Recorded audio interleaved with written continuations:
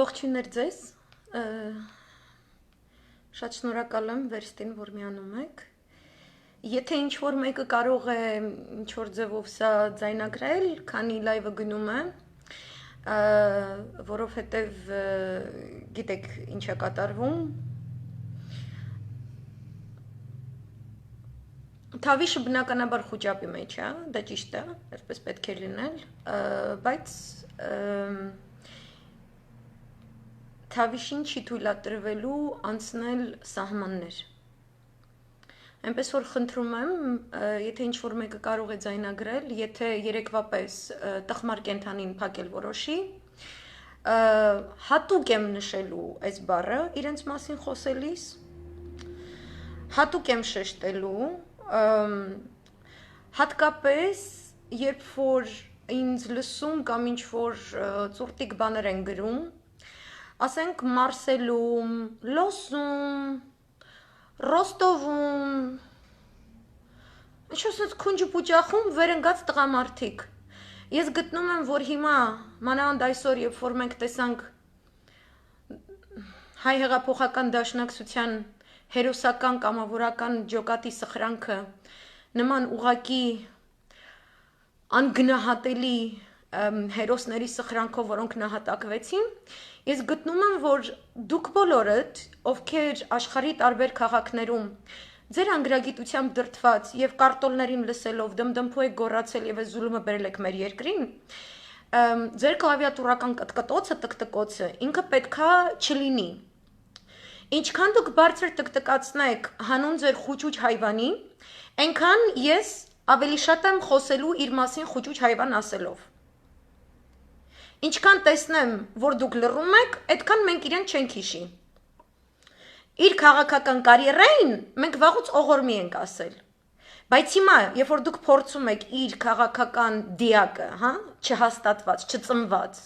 ինքը աբորտի է ենթարկվել որպես քաղաքական կերպար։ Եթե ձեզ թվում է, որ դուք քար տոխլո վիճակներով, դուք ինչ-որ այտենց իրան կոմատոս սաստայնիայից հանելու եք սարքեք մեր գլխին թագուհի, իշխանուհի, գրողուսև ջանուհի,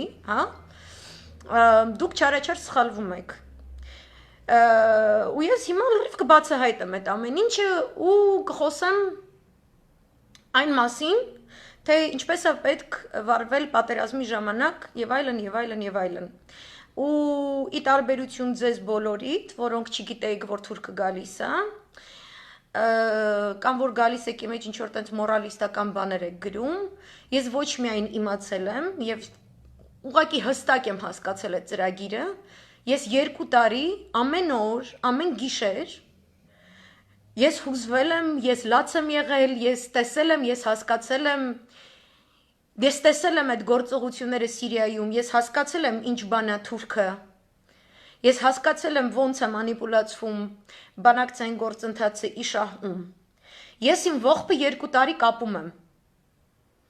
ես այս օրերին ես ողբալու չունեմ, ես այս օրերին կանգնելու եմ ճշմարտության կողմը, որտեվ ճշմարտությունը մեր հայրենիքի բրենդն է, իմ մայր Հայաստանի, իմ Հայաստան աշխարհի բրենդը ճշմարտությունն է Հայ քրիստոնեական աննկուն ոգով ճշմարտությունն է։ Այնպիսի արդարացի ճշմարտություն դարերի խորքից եկող, որը խուճուճային դեղին մամուլական rebranding-ի կարիք առհասարակ չունի։ Ուզում է գլենդելի կարտոլները մեշոկներով հավաքվեն ու մեշոկներով լայվ մտնեն։ Ուզում է դուք Ռուսաստանի գեղերում խոպանչի գնացած ձեզ դնեք ինչ-որ այտենց, գիտես, ընդ տաքսիստ աշխատած բան, ես մինա է որ տաքսի եմ քշում։ Ես Կրասնոդար ապրած վախտս 15 միլիոն հատ վիլա եմ կառուցել եւ բան։ Այս ձեր քյարտ Սաստանյանների հետ առհասարակ ոչ մի ձևով չեմ կապում մեր գոյաբանական խորհուրդը, որը անմար կրակի պես, ինչպես որ հաղթանակի այգում է, ինչպես որ եռաբլրում է, ինչպես որ ցեղասպանության թանգարանում է, դուք այդ կրակի հետ կապ չունեք, դուք խոնարհված պետք է մնաք, մինչև ձեր ուղեղները նարեկացին մտնի, այն նարեկացին, ում դուք թաղում եք։ Ու մեր հավատքը, մենք այնքան կանք, որ ինչպիսին որ կանք, այդպես էլ կանգնենք ու հաղթենք։ Մեզ rebranding պետք չի, մենք անապատում կորսված, թլպատված ցեղախումբ չենք, որին պետք է 40 տարի մի փոքր կվադրատում ինչ որ անապատի տեղ մանտաս, աղանդավորական քարոզով Իսրայելի հիպնոսով, թրքի փողերով, որ ասես, որ դու որպես ազգ հիմա ինչպիսին որ կաս, լավը չես։ Դու պետք է կոտորվես սատկես մինչև 2050 թվական, մինչև որ ես քեզ որպես խուճուճ, the queen of nation, կկարգեմ ինչ-որ մի բանի արժանի ազգ։ Այդ ես քեզ կկարգեմ տուպիցը կուրիցը, հասկացար։ Ու դեգեներատ նի դա գեներալ։ Դու կարող ես սաղ կյանք դեղին մամլոմ, խմբագրատներում այսպես գցած ես եղել, որ սենց ֆրազներ կարողանաս գտնես ուղեղում հետ, բայց դու չունես դրանից։ Հստակ հասկանում ենք ոնց է այս ամեն ինչը աշխատում։ Ու ցանկացած հավ, ու այդ հավի կողքը, հավի փեշի տակ վերընկած ակլոր, որը կփորձի գա իմ էջ, ինչ որ մորալիզմ կարդա, ես քեզ կուղարկեմ YouTube-ի ալիք, որտեղ ես մի տարի առաջ, 1.5 տարի առաջ, 2 տարի առաջ պատմել եմ այս պատերազմը ոնց է կատարվում։ Ու քո խուճուճը իրան աննասունի տեղ դրած։ Ինքը վարել է պրոթուրքական քաղաքականություն, ինչը ոչ մի պատերազմ չի մաքրելու իր խղճի վրայից։ Հենց որ rebranding-ի ենթակա եք դուք, ձեր ազգային ժողովի մանր կճղակավոր խոշոր եղջերավոր անասուններով հանդերձ, որտեվ դուք պետք է ընդունեք, որ ձեր 2 տարի արածը կատաստրոֆա էր, լավագույն դեպքում, որովհետև երևում են դիտավորություններ ձեր քայլերի հետևում, ինչի դեպքում դուք պետք է օրենքի ամբողջ ուժով պատիժ կրեք այն օրենքի, որի կուլմինացիոն սահմանադրության առումով դուք սահմանադրական կարգի խախտում իշխանազավթում եք իրականացրել, որ այսօր հասնենք այս վիճակին։ Ես սա որպես նախաբան ամեն օր նշելու եմ այնքանով, որքանով ինչ որ հիմար անասուններ, օրինակ իմանալով, որ քաղաքում առնվազն 20 տարբեր տեղերում թաղման արարողություններ են զոհված զինվորների, փոխարենը գնալով առանց կամերաների գլուխը կախ, առանց խոսալու, առանց ոչ մի բանի, իր լակոտինը հյուրանոցի սենյակի տեղը հետը փեշիտակից հանելով իր այդ տանելով, փոխարենը թաղումների մասնակցես, դու ինչ որ ռոժդ սմայլ դրած, ինչ որ տան սելֆի ես անում, ամեն քո սմայլի վրա այսպես նախաբանա լինելու, որտեվ դուք անհարիր եք։ Ու հիմա այս մեկ վարքյան, ես մոր այնա լեպտո, մեկ վարքյան։ Սա նախաբանն է, ինքը շատ դաժան է հնչում եւ այլն, ես չեմ կարծում, որ դաժան է, ես կարծում եմ դաժանությունը կլինի նա, եթե մենք այսօրվա օրինակ ռազմական սխրանքները մեր բանակի գործած չկարողանանք արձանագրել որպես դիվանագիտական հաղթանակներ։ Այ դա կլինի կորուստ։ Այ դա կլինի շատ վատ ու շատ անտանելի։ Իսկ մնացածը կառավարելի է։ Այնպես որ ընդդիմությունը, ինչպես որ մնացած բոլոր դեպքերում, ինչպես որ կորոնավիրուսի ժամանակ մյուս դեպքերում առաջինն է տվել համագործակցության իր ձեռքը, չնայած դա իշխանության ֆունկցիան պետքա լիներ, իշխանությունը ոչ թե պետքա ասի ես ինչ ասեմ, այտենց է կա, իմ դեղին մամլո խմբագրատուն ուղեղից, այլ ինքը պետքա համեստանա, վերընկնի, հասկանա, որ ինքը ռազմական գործից չի հասկանում, ինքը դիվանագիտությունից չի հասկանում, ինքը գեոքաղաքականությունից չի հասկանում, ինքը իրավունք չունի ոտի տակ ընկնի, հանուն իր հավաբուն հանդիսացող ազգային ժողովական անասունների հետույքների փրկության, որոնք չգիտես ինչի հլվեր են ընկած իրանց պաշտոններում։ Սորոսականների դեպքում եւս քունջուպուճախում վերընկած ապահով տեղ իրանք ճակատում չեն։ Եթե իրանք գտնում են Ղարաբաղում, որտեղ իրանք ցանկանում են որոշակի խոսք տանոցի բերոցի, այսինքն տենց թավիշ է, լիգուն թավիշ մցնեն պատերազմի դաշտ։ Հիմա մինչև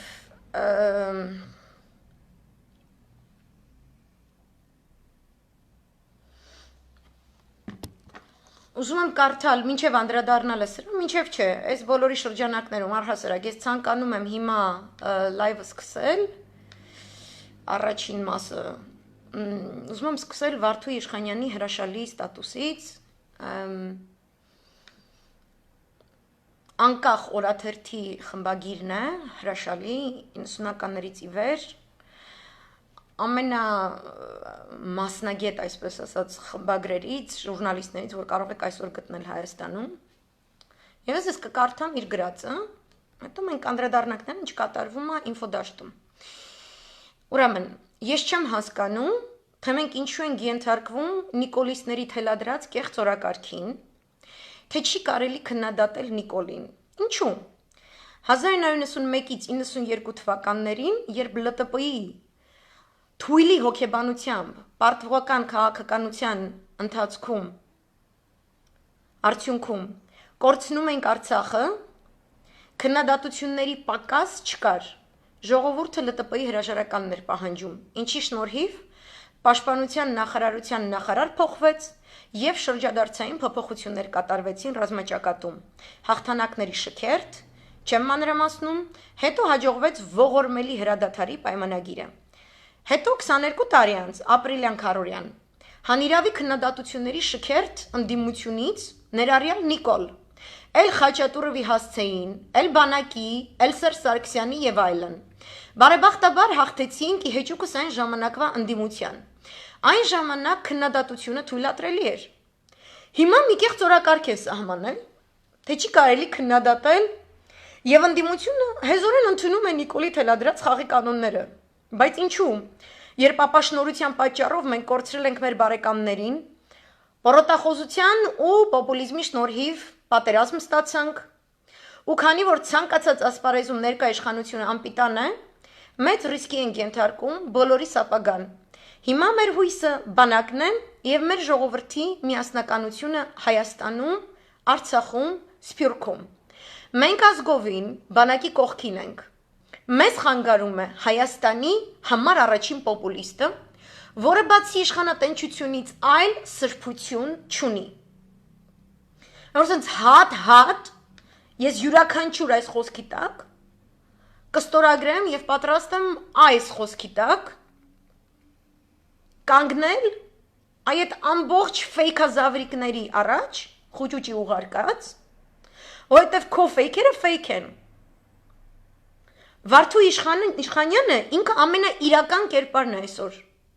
որից դու կարող էիր խորհուրդ խրատ հարցնել։ Ես զարմանում եմ ինչի չես հարցնում, որտեվ այս բոլոր ընդդիմադիր մամլո միջոցները, որոնց բերանը դու հիմա փակում ես, իրանք եղել են քեզ ու քո տմարդ ամուսնուն սատարողները, միակ սատարողները։ Որտեվ քաղաքագետների, փորձագետների տեսանկյունից քո մարդը երբեք չի եղել կայացած քաղաքական գործիչ, ու ինքը հիմա էլ չի։ Սա մի կողմը։ Երկրորդ կողմը խնդրին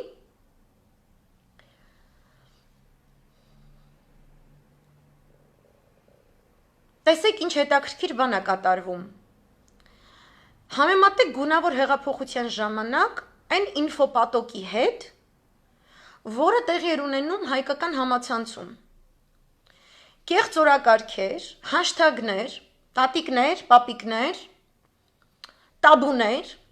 սոցցանցերում ստեղծել էր խուճուճը տաբուներ, դա ամերիկյան ձեռագիր է։ Իրանք այս ձևով Ուկրաինան, Սիրիան, Իրաքը այս ձևով քանդել են։ Եգիպտոսը որոշ ժամանակ, Թունիսը որոշ ժամանակ։ Սա այդ նույն մեթոդաբանությունն է։ Սենց չորով պրոպագանդա, սենց իբր թե իրանք ինչ էին ասում, ինչ էր դուխովը, հա, հաշտագ էին սարքել։ Հիմա հաշտագը հաղթելու ենքը, ու պետք է իրանք ռոժները ըլնի, իրանք աննախադեպ են։ Այս պատերազմը ավելի աննախադեպ էր, քան են մնացած պատերազմները, այս ինչը ավելի աննախադեպ է, քան այն ինչը, բայց ես ասեմ, ինքը Թուրքիա առաջ դուռը բացեց այն պահից, երբ որ ինքը ասեց, որ իրա պլասկաստոպ ծուրատամնաշարով չկայացած քաղաքական գործիչ իրականում տասովչիկ մարդու պլասկաստոպ քայլքը Գյումրիից Երևան, շատ ավելի կարևոր է հայոց պատմության համար, քան արցախյան ազատամարտը։ Այդ օրը դու բացել ես դուռը Թուրքիա առաջ։ Թուրքն էլ իր պլասկաստոպ ծուրատամնաշար հալով քայլել է Ստամբուլից եկե հասել է Հայաստան կյանք։ Ու դու հիմա իմանալով միակ այդ տարը, հա, մենակ իմանալով ոնց իրականացնես տենց պրոպագանդիստական քարոզ, կեղծ արշավ, թիրախավորելով մարդկանց, դու պարակտում ես։ Այսօր քո ազգային ժողովի այն ցնդիկ անասուն եզուհի աղջիկը, ով երեք չստիկով ծեծ կերավ իմ լայվում, ու մի օր բռունցքով էլ ուտելու։ Այսօր ինքը ստատուս է գրել, որտեղ ինքը ասում է, որ ուզում է անդիմադիր գործիչներից մեկին պատի տակ գնդակահարի ու այդ պատը յանեմ իրա ձեռով շարելու է։ Աղջիկ ջան, լայվ մտի, այդ պատը սարքի։ Դու այդ պատը սարքի։ Արցախի անկախության ճանաչման պոպուլիստական գծի մասին ես խոսել եմ հարցազրույցում, Արմինե Սիմոնյանին տրված, խնդրում եմ իմ եթերը ուրիշ թեմաներով չշեղել, դուք կարող եք այդ հարցազրույցը նայել, հասկանալ ես ինչ եմ ասում։ Եվ հիմա օրհասական պահին դա ոչինչ չի փոխելու, օրհասական պահին մեզ պետք է զինադադար։ Ու դա է քննարկվում բոլոր ազգերի կողմից, ու ես խոսալու եմ դա երկրորդ մասում։ Հիմա առաջին մասում չի կարող դեղին մամլո խմբագրությունը մուտք գործել որևէ կերպով պատերազմի դաշտ, ինքը չի կարա թելադրի, թե ինչ թվեր են տրվում, թե ով ինչ խոսա, ով ինչ անի, չի կարա դեղին մամուլը դա որոշի։ Իրանք չկայացած քաղաքական գործիչներ են, իրանք չեն կայացրել պետությունը, իրանք թույլատրել են, արդյունքում ունենք այս վիճակը։ Թուրքի մաման մենք իտո տալիս բանում սատկացնում ենք, դրանում որևէ կասկած չկա։ Բայց մենք կարիք ունենք ճիշտ քաղաքական կողմնորոշման, ու մենք թուրք չենք, մենք Ադրբեջան չենք, որպեսզի կատարյալ բռնապետության գնանք։ Այսօր դուք մի քանիսը ես տեսա շատ այսպես քննադատական խոսքով ներկայացրել եք Եվրոպարլամենտի նիստը Արցախյան հակամարտության վերաբերյալ պատերազմական ներկայիս գործողությունների վերաբերյալ եւ Ջոզեֆ Բորելի հայտարարությունը, որ այս ինչ ասում, միջազգային հանրությունը մեռած է, ես այդ մեռելի մասին կխոսամ հաջորդ կետում, այնտեղ շատ նուրբ հայտարարություն կար, որ արտգործ նախարարությունը Եվրոմիության ինքը խնդիր ունի երկու կողմերի դեպքում էլ fake լուրերի աննախադեպ տարափ կա, այսինքն իրենք որպեսի քննեն ինչ է կատարվում գետնի վրա, պաշտոնապես ու ի տարբերություն թավշյա եզուհիների ստեղծած այս գունավոր եզության, Եվրոմիությունը միմիայն առաջնորդվում է օրենսդրությամբ, իրանք սահմանափակված են օրենքներով, սահմանադրությամբ եւ այլն։ Հա? Երկրորդ կետում կխոսամ ավելի մանրամասն։ Բայց իրանք պարտավոր են երկու կողմերին դիմելու ու ասելու Արցախի հանրապետությանը, Հայաստանի, ոբշեմ, այդ ինչ որ տվյալներ ներկայացում Ադրբեջանին, ներկայացրեք ինչ է կատարվում, ձեր տեսլականով ինչ է կատարվում ճակատում, ով քանի մարդ որտեղից ինչ բերեց, ինչ զոհվեց, ինչ զրահատեխնիկա, ամեն օր ընդ որում, ինչ դիրք վերցրեցին, ինչ դիրք չվերցրեցին, այս կողմ, այն կողմ։ Ու նման բան կա, այն կողմը, որը ավելի ճշգրիտ ինֆորմացիա է տալիս, ավելի շատ իշահ այդ կողմի եւ ավելի արագացված տեմպերով որոշում է կայացվում։ Ու կա այն տենդենսը, որ ինչպես որ մինչ այս պատերազմական process-ում Հայաստանին Ամերիկայի Միացյալ Նահանգների ուղղորդմամբ կատարված այս գունավոր հեղափոխությունը տանում էր ադրբեջանացման process-ով, հիմա նույնը շարունակվում է։ Ադրբեջանացումը նշանակում է ինչ-որ կլան են ստեղծում, ինչ-որ մի հատ ընտանիք իրաց ճժերով հանդերձ, որը պետք է դառնա այս երկրի թիվ 1 ասիչը, ասմունքիչը, գրիչը, պարակտիչը, ինքը պետք է ասի ով անդիմություն, ինքը պետք է ասի ով է մամուլ, ինքը պետք է ասի որ քաղաքացին ինչ խոսա, ինքը պետք է ասի այս կարտոլը լավն է, այն մեկը վատն է, ինքն է այդ սաղ որոշում, ինքը տենց որոշել է իր համար, որովհետև Ամերիկայի Միացյալ Նահանգները մեզ վերաբերում են ինչպես մեծ մերձավոր արևելյան տարածաշրջանի նպատակը առնվազն փորձելն է ռուսական գործոնի վերացնելը առասարակ Անդրկովկասից եւ սա մեկ մեթոդաբանությունն է, մի գրականությունը, որտեղ օրինակ կա օրինակ Քաթարի էմիրը եւ Էմիրան, կա Քուվեյթի էմիրը եւ Էմիրան, կա Էրդողանի ընտանիքը, կա Սաուդական Արաբիայի շեյխերի թակ բանը ընտանիքը եւ այլն, սա նորմալ է, իրանց աշխատելավոճն է, որտեղ մի ընտանիքի ձեռը ամեն ինչ դնում են, նշանակում է սաղ թելերը, այդ ընտանիքը դառնում է մարիոնետ, բոլոր թելերը իրաց ձեռքերում է։ Կուզեն կհանեն կռիվ կուղարկեն, կուզեն կքամեն, կուզեն քթից կբերեն, կուզեն իրաց տարածքով տրուբա կդնեն, ինչ գնով կուզեն, այն գնով կառնեն կծախեն ցանկացած ռեսուրս այդ տարածաշրջանում, աբսոլյուտ խնդիր չունեն։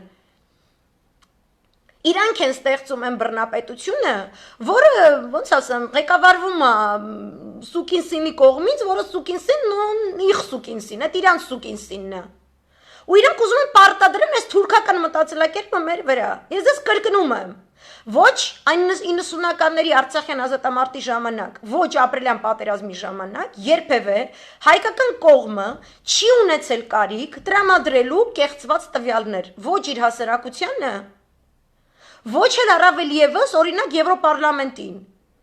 կամ Եվրոմիության արտաքին հարաբերությունների գերատեսչությանը։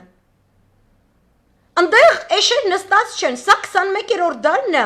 սա այնպիսի կառույցը, որը ամեն օր պատերազմներ է քննում։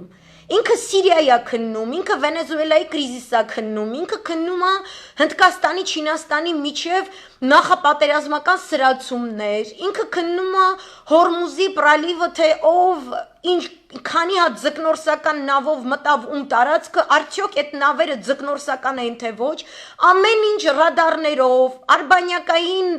զանազան միջոցներով նկարվում է, լսվում է, այսինքն դու ասում ես իմ տարածք Թուրքիայից սամալյոտ մտավ, այդ պետք է ռադարի վրա լինի, դու ասում ես այսքան հատ զրահատեխնիկա, այդ պետք է ռեալ լինի, այդ ամեն ինչը Եվրոմիության անդամ պետությունները իրենց դեսպանատների աշխատանքի միջոցով եւ իրենց հետախուզական ծառայությունների աշխատանքի միջոցով պալուբոմ ու իրենց համար իրանք դա սահմանում են այդ տվյալները որևէ երկրում էլ որ գտնվելիս լինեն, որտեղ այդ տվյալների հիման վրա իրենք տարածաշրջանում իրենց քաղաքականությունն են կանխորոշելու Երբ որ իրանք ուրեմն խնդրում են Հայաստանի Հանրապետությունից, այնտեղ այդ Ադրբեջանից, բանից տվյալներ ներկայացնել, իրանք դա համադրում են այն տվյալների հետ, որը արդեն իրանք իրենց ձեռքի տակ ունեն։ Ու տեսնում են ով է սուտ խոսում։ Երբ որ մեկը սուտ է խոսում, նշանակում է, որ այս կառույցը հիմա ժամանակ է իրան պահանջվում, որ ինքը գնա ու սկսի կետ առ կետ սուտ խոսացողին երկար լավաշներ պատրաստել, ամբողջ մատյաններ, ամբողջ այսպես պապկաներ պատրաստել ցույց տալու, որ գիտես ինչ կա։ Այստեղ դու խափում ես, այստեղ այսքան չի կարա լինի, այնտեղ այնքան չի կարա լինի, այնտեղ այնքան չի կարա լինի։ Ու ես ամբողջովին տեսնում եմ, որ այդ գունավոր հեղափոխության, պոպուլիստական մտածելակերպը, այդ որ ու կեղծ էս ատմոսֆերան, որ վсё, մենք կախարդական փայտիկ, թռիչքային աճ, միանգամից 100 քանի ընտանիքներ Լոս Անջելեսից տները ծախելու են գան Հայաստանում ապրեն։ Աշխարհի միլիարդատերերը հերթ են կանգնել Հայաստանի դրան առաջ, սպասում են երբ է Սերժ Սարգսյանը գնալու որ գան ներդրում անեն։ Դրանից հետո սպասում են երբ է Ռոբերտ Քոչարյանը նստելու որ գան ներդրում անեն։ Դրանից հետո սպասում է երբ է Հրայր Թովմասյանը գնալու որ իրանք այտենց ներս գան ներդրում անեն։ Սպասում է որ սա գեներալիտետը մեռնի, բան տնկնի, որ նոր գա ներդրում, ու մինչև հիմա Այդ կեղծիքը անընդհատ ստեղծվում է։ Եվ հիմա մենք ունեցել ենք սիտուացիա, երբ մի հատ կին, որը մեր օրենքների շրջանակից իրանից ոչինչ չի ներկայացնում, գնացել է մի տեղ, որտեղ կան ռազմական գործի աբսոլյուտ մասնագետներ կռված մարդիկ, եւ իրանց թելադրում է քաղաքական օրակարգ։ Այսինքն ռազմական գործը, որ կատարվում է տեղում, ինքը համահունչ չի այդ քաղաքական packaging-ին, այդ փաթեթավորմանը։ Եվ ես հարց եմ տալիս, ունի հայկական կողմը նման թավշյա rebranding-ի փաթեթավորման կարիք։ Եթե ես կռվում եմ, ակնհայտորեն, ահաբեկիչներ տարածաշրջան մցրած, ակնհայտորեն սև ճանապարհներով արգելված զենքեր երկիր մցրած եւ ինչեւ հիմա շարունակում է դեռ մցնել կողմի հետ Ես կարիք ունեմ իմ բարձունքից, իմ հայկական ճշմարտացի, իմ հայրենական պատերազմի տեսանկյունից, մղվող պատերազմի տեսանկյունից, ես կարիք ունեմ, իջնեմ այն կերպարի մակարդակին, որը դեռևս ապրիլյանին խափում էր զոհերի թվի մասին եւ դիակապտությամբ էր զբաղված։ Ապրիլյանից հետո, երբ որ բանակցություններ էին վարվում, այն ինչ որ Մեհրիբանը արել էր զոհված զինվորների ծնողների հետ,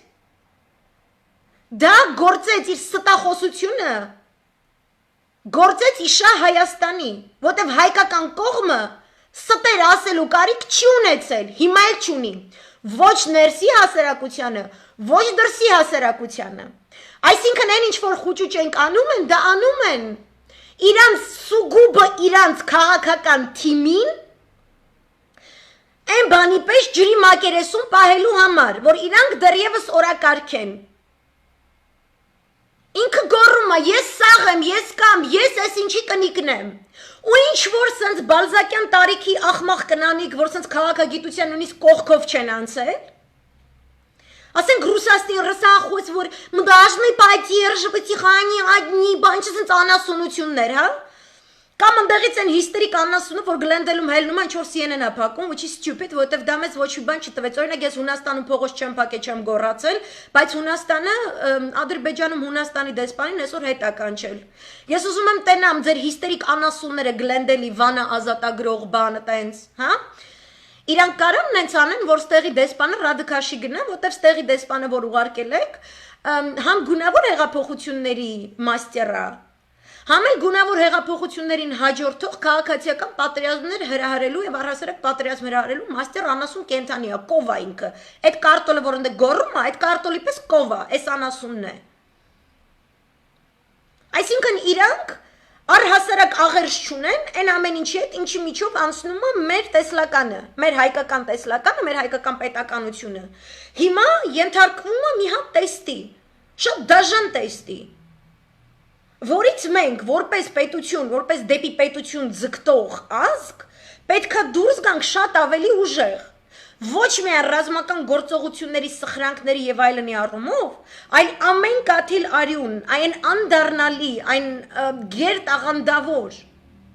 անձանց, որ զոհաբերվել են, մենք իրենց պարտական ենք, իրենց հաղթանակը սխրանքը վերածելու այդ հզոր պետականության լեզվով։ Եվ հիմա Լևոնի ժամանակների մոդելով խուճուճը սեփականաշնորհում է, sorry, ավելի մոնոպոլիզացնում, ինքը даже չի պրիվատիզացնում, ինքը մոնոպոլիզացնում է այն ամենը,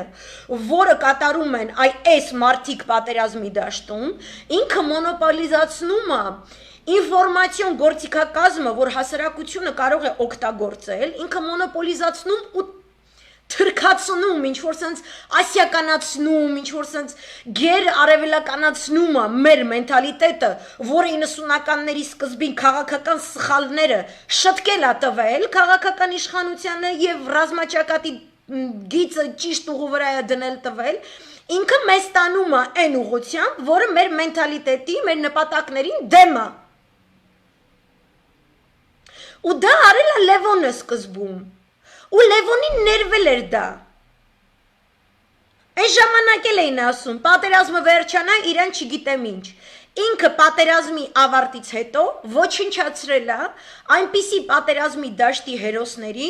որոնք կարող էին թե ռազմական, թե քաղաքական, թե դիվանագիտական, ուղղակի մագնատներ դառնալ եւ մեր պետությունը դարձնել ուղղակի չգիտեմ ինչ։ Ու մենք բոլորս գիտենք, ինչպես են ոչնչացրել որոշակի առաջնորդների։ Մենք գիտենք ինքը ոնց էր ճակատից նոր վերադարձած հրաշալի գործիչների, տանում բանդ դնում եւ նվաստացնում իրենց ընտանիքներին։ Նույնիսկ Սփյուռքից եկած ընտանիքներին, որոնք ոչինչ չգիտեին այդ ԽՍՀՄ-ից այլ հասարակարգ անցնող Հայաստանում։ Եվ այն ժամանակ, եթե կարող ենք ասել, որ ինչ որտեղ կարելի էր դա հանդուրժել, որովհետև մենք ունեինք խորհրդային հասարակարգից, ինչ որ նոր հասարակարգի գնացող իրավիճակ, մենք չենք հասկանում, ինչ բան է ժողովրդավարական հասարակարգը, ինչ է ճիշտ սահմանը, այս բաները չունենք մենք չունենք այդ օրենսդրական գործիքակազմը։ Հա, որ ասենք այս անասունը թողելնի գնա, մենք կարողանանք ինչ որ մեկին դնել, ունես չի եղել, որ մարդ չի եղել, երբեք չի եղել դեպք, օրինակ Ադրբեջան, տենց հիմա պրոբլեմ է, այնտեղ հանում ես Ալիևին, այնտեղ ոչ մեկ չկա, որ կարա կառավարի, այդտեղ քոչվում անասուններ են իրանք։ Ու այդ խոճուճն ա եղել, որ ասել է մի ասեք իրանց քոչվոր անասուն, իրանք կիրթ եւ գրագետ են, մենք ուզում ենք իրենց այդ համակեցությամբ ապրել եւ երկու հասարակություններ, ովքեր իրար չեն ատում, ում զինվորները հավասարապես վախվորած աչքեր ունեն, հավասարապես մեռնում են հանում ոչինչի, ես հավասարապես երբեք չեմ նայել իմ կողքի քոչվոր ազգին, որտեվ ես իմ ազգում ունեցել եմ գործիչներ։ Մենք այնց ընդդիմադիր մրցավազք ունենք, մենք այնց ընդդիմություն ունենք, կերպարներ ունենք, որ չեն կարում մերվեն։ Կերպարներ են ամեն մեկը։ Հիմա ի տարբերություն 90-ականների, այդ ձեր excuse-ը ինչի չի աշխատում, այդ արդարացումը, որ տիպը բան մենք չեն կարող իրան փոխել նախ, հիմա ըստ սահմանադրության ամեն ինչը զինված ուժերի գենշտաբի ձեռքում է։ Դա օրենքն է։ օրենքից դուրս է ասել, որ կոկոլը կամ առավել եւս կոկոլի կնիկը ինչ որ բանի առաջնորդ է։ Կոկոլի կնիկը մենակ կարա գնա առաջին օգնության, առաջին գծին օգնության, արկղեր, համապատասխան իրերով առավոտից իրիկուն լցնի, ուզում է լայվ մտի, թո լայվ մտնի, ինչ որ չգիտեմ ինչ, ինքը չի կարա ժպտա, ինքը չի կարա իր տղուն իր թևի տակ պահի, ինքը պետք է ուղարկի առաջնագից։ Ոնց ասենք ադեկվատի տղեկը, կամ են ալֆա ջոկատը, որ տարել եք Երևանից, որ տանեք կատյոլի մեջ գցեք, կամ են ոստիկանները, որոնց տարել եք գցել եք կատյոլի մեջ, թուրքերը ղժում են, հա։ Դու տար քո տղուն էլ այստեղ գցի, եթե կարաս։ Ու այս բաները խոսվելու է։ Ու այս բաները ճշմարտություն է, որ խոսում ես, ինքը օգնում է, որ սաղսն սթափվեն մի տեսակ։ Իմ ղեկավարը զինված ուժերի գենշտաբն է, որը այսօր հրաշալի արդյունքների է հասել։ Որևէ բան, որ ասվում է կամ արվում է, որ չի ֆիքսում այդ ձեռքբերումը, ինքը դեմ է այս պահի դրությամբ մեր ամբողջ ռազմավարությանը։ Ու այդ ռազմավարությունը ինպես մարդիկ են 2 տարի սաղ-սալամատ պահել։ Ոչ թե ձեր պես, այլ ինպես։ Այս բաժանման գիծ չի, այս են գիծն է, որտեղ վերջապես ձեզ ասում են, չկա սև ու սպիտակ, կա մի հատ հայրենիք։ Այդ հայրենիքի ռազմավարությունը ներկայիս գեոքաղաքական պայմաններում այսպիսին է։ Ու քանի որ մեր մեջից գեոպոլիտիկը դուք չեք, այլ լիքը մասնագետներ, որոնք ընդդիմադիր դաշտում հայտնվեցին, ընդ որում դա կատարվեց ձեր անգրագիտության պատճառով, ոչ թե իրանց ընդդիմադիր լինելու պատճառով։ Երբ որ մասնագետներն են խոսում, երբ որ ռազմական գործի, դիվանագիտական գործի, դավանաբանական գործի մասնագետներ են խոսում, ձեր դդումները պետք է հրաժարականը տան, ռադները քաշեն, բայց իրանք չեն տալիս։ Ու դուք դա չեք պահանջում, դուք ուզում եք Թավշյա Բաքխանալյան դեղին մամլո մենթալիտետը մտնի պատերազմի դաշտ։ Ու այն կատաստրոֆան, որ ինքը արձանագրել է 2 տարի ներքաղաքականում եւ արտաքաղաքական դիվանագիտական հենքում, ինքը հիմա վերարտադրում է պատերազմի դաշտում եւ պատերազմի պայմաններում վարվող թեկուզ եւ հեռախոսային բանակցություններում, եւ դա աններելի է եւ անթույլատրելի է։ Այնպես որ խոսել ենք, խոսում ենք եւ կխոսենք, քանի որ հայ ենք։ Եվ պատերազմը, որ մղում ենք եւ կռվում ենք, հայկական է, եւ մենք հավատարիմ ենք մեր այն դաշնակիցներին, որոնք այսօր մի դաշնակիցը փաստացի անվճար զենքեր է տրամադրում, մյուս կողմը զենքը բերում է սահմանի մոտ է կանգնեցնում, որ փախնող թուրքի բանակին տեղում գյուլլի։ Եվ մենք այդ մեր պարտավորություններից ելնելով վարելու ենք այն արտաքաղաքական դիվանագիտությունը, որը կֆիքսի այս հաղթանակը եւ թույլ չի տա, որ մենք որևէ քայլ հետ գնանք։ Եվ սա որևէ հակահայկական հենք, հակապետական հենք չունի, հակառակը։ Պետություն եւ հայրենիք նույնը չէ, ինչ որ են անձը, ում դուք փողոցում գոռալով, 2 ամսական կատ չկերած կապրիզնի անատամ պամպերս կապած երեխուպես ղժալով բերել եք իշխանության։ Ունքը այդ նույն պամպերսակիրի պես ղժղժում է ու տալիս է խայտարակ հարցազրույցներ։ Պոպուլիզմը բովանդակային լուրջ քաղաքականությունից տարբերեք։ Սա է ճիշտը։ Ու ինձնից շատ հայրենիքը չեք սիրում, ինձնից շատ ռազմական դիվանագիտությունից չեք հասկանում։ Մենք ստեղ շատ ենք, մեզ միացեք։ Այն դաշնակցության դևիզը, որ ասում է բարձրացիր, բարձրացուր, երբ որ ձեր հետ խոսում են բարձրացածները, իրանք չեն կարա իջնեն ձեր մակարդակին, դուք պետքա ձեր վզներից, ականջներից, մազերից քաշեք, վերև բարձրանաք։ Որտեվ սա ձեր գունավոր զառազան չի։ Սա մեր պատերազմն է, մեր հայրենիքի համար մղվող պատերազմն է։ Որտեղ ամեն վարքյան կյանքով ենք վճարում։ Եվ ես չեմ ուզում լտպիստական պատերազմով լեցուն մութուցուր ձմեռն էլ գա, կորոնավիրուսին ու պատերազմին ավելանա ու վաբշե սխկի ու թուլացնի մեր ազգը։ Եղավ։ Ու պետքա մեր վերմակը մեր ոտի չափով քաշենք։ Մեծ խոսալ Ռոստով, Նադանու, Գլենդել, չգիտեմ Փարիզից ինչ որ տկտկացնում եք, it's nothing։ Հիմա անցնեմ երկրորդ կետին, ինչ եզրակացնել ԵՄ-ից, ՆԱՏՕ-ից, ՄԱԿ-ի անվտանգության խորհրդից այսօր հնչած ազդակների մասին։ Ուրեմն այսօր շատ էի լսում, իհարկե չի կարելի իջնել, աբսոլյուտն է։ Ու նաև նշեմ, որ աբսոլյուտն անընդունելի է պատերազմի պայմաններում քաղաքական օրակարգից ելնելով գնալ խառնվել Արցախում այնպես, որ ամբողջ կյանքը Արցախի համար պատերազմ մղած բանակցություններին մասնակցած նախագահներ, գեներալներ, այլանձինք առհասարակ ռազմական որոշումների եւ այլ կայացման գործընթացների չմասնակցեն։ Չի կարելի այդպես։ Սա էլ այդ նույն քաղքենի մասային է վերաբերվում, որոնք իրականում օխլոս են, դուք քաղքենի էլ չեք, որտեվ քաղքենին ինքը ունի իր շկուրնի ինտերեսը սովորաբար այլ հասարակություններում քաղքենիները ունեն իրանց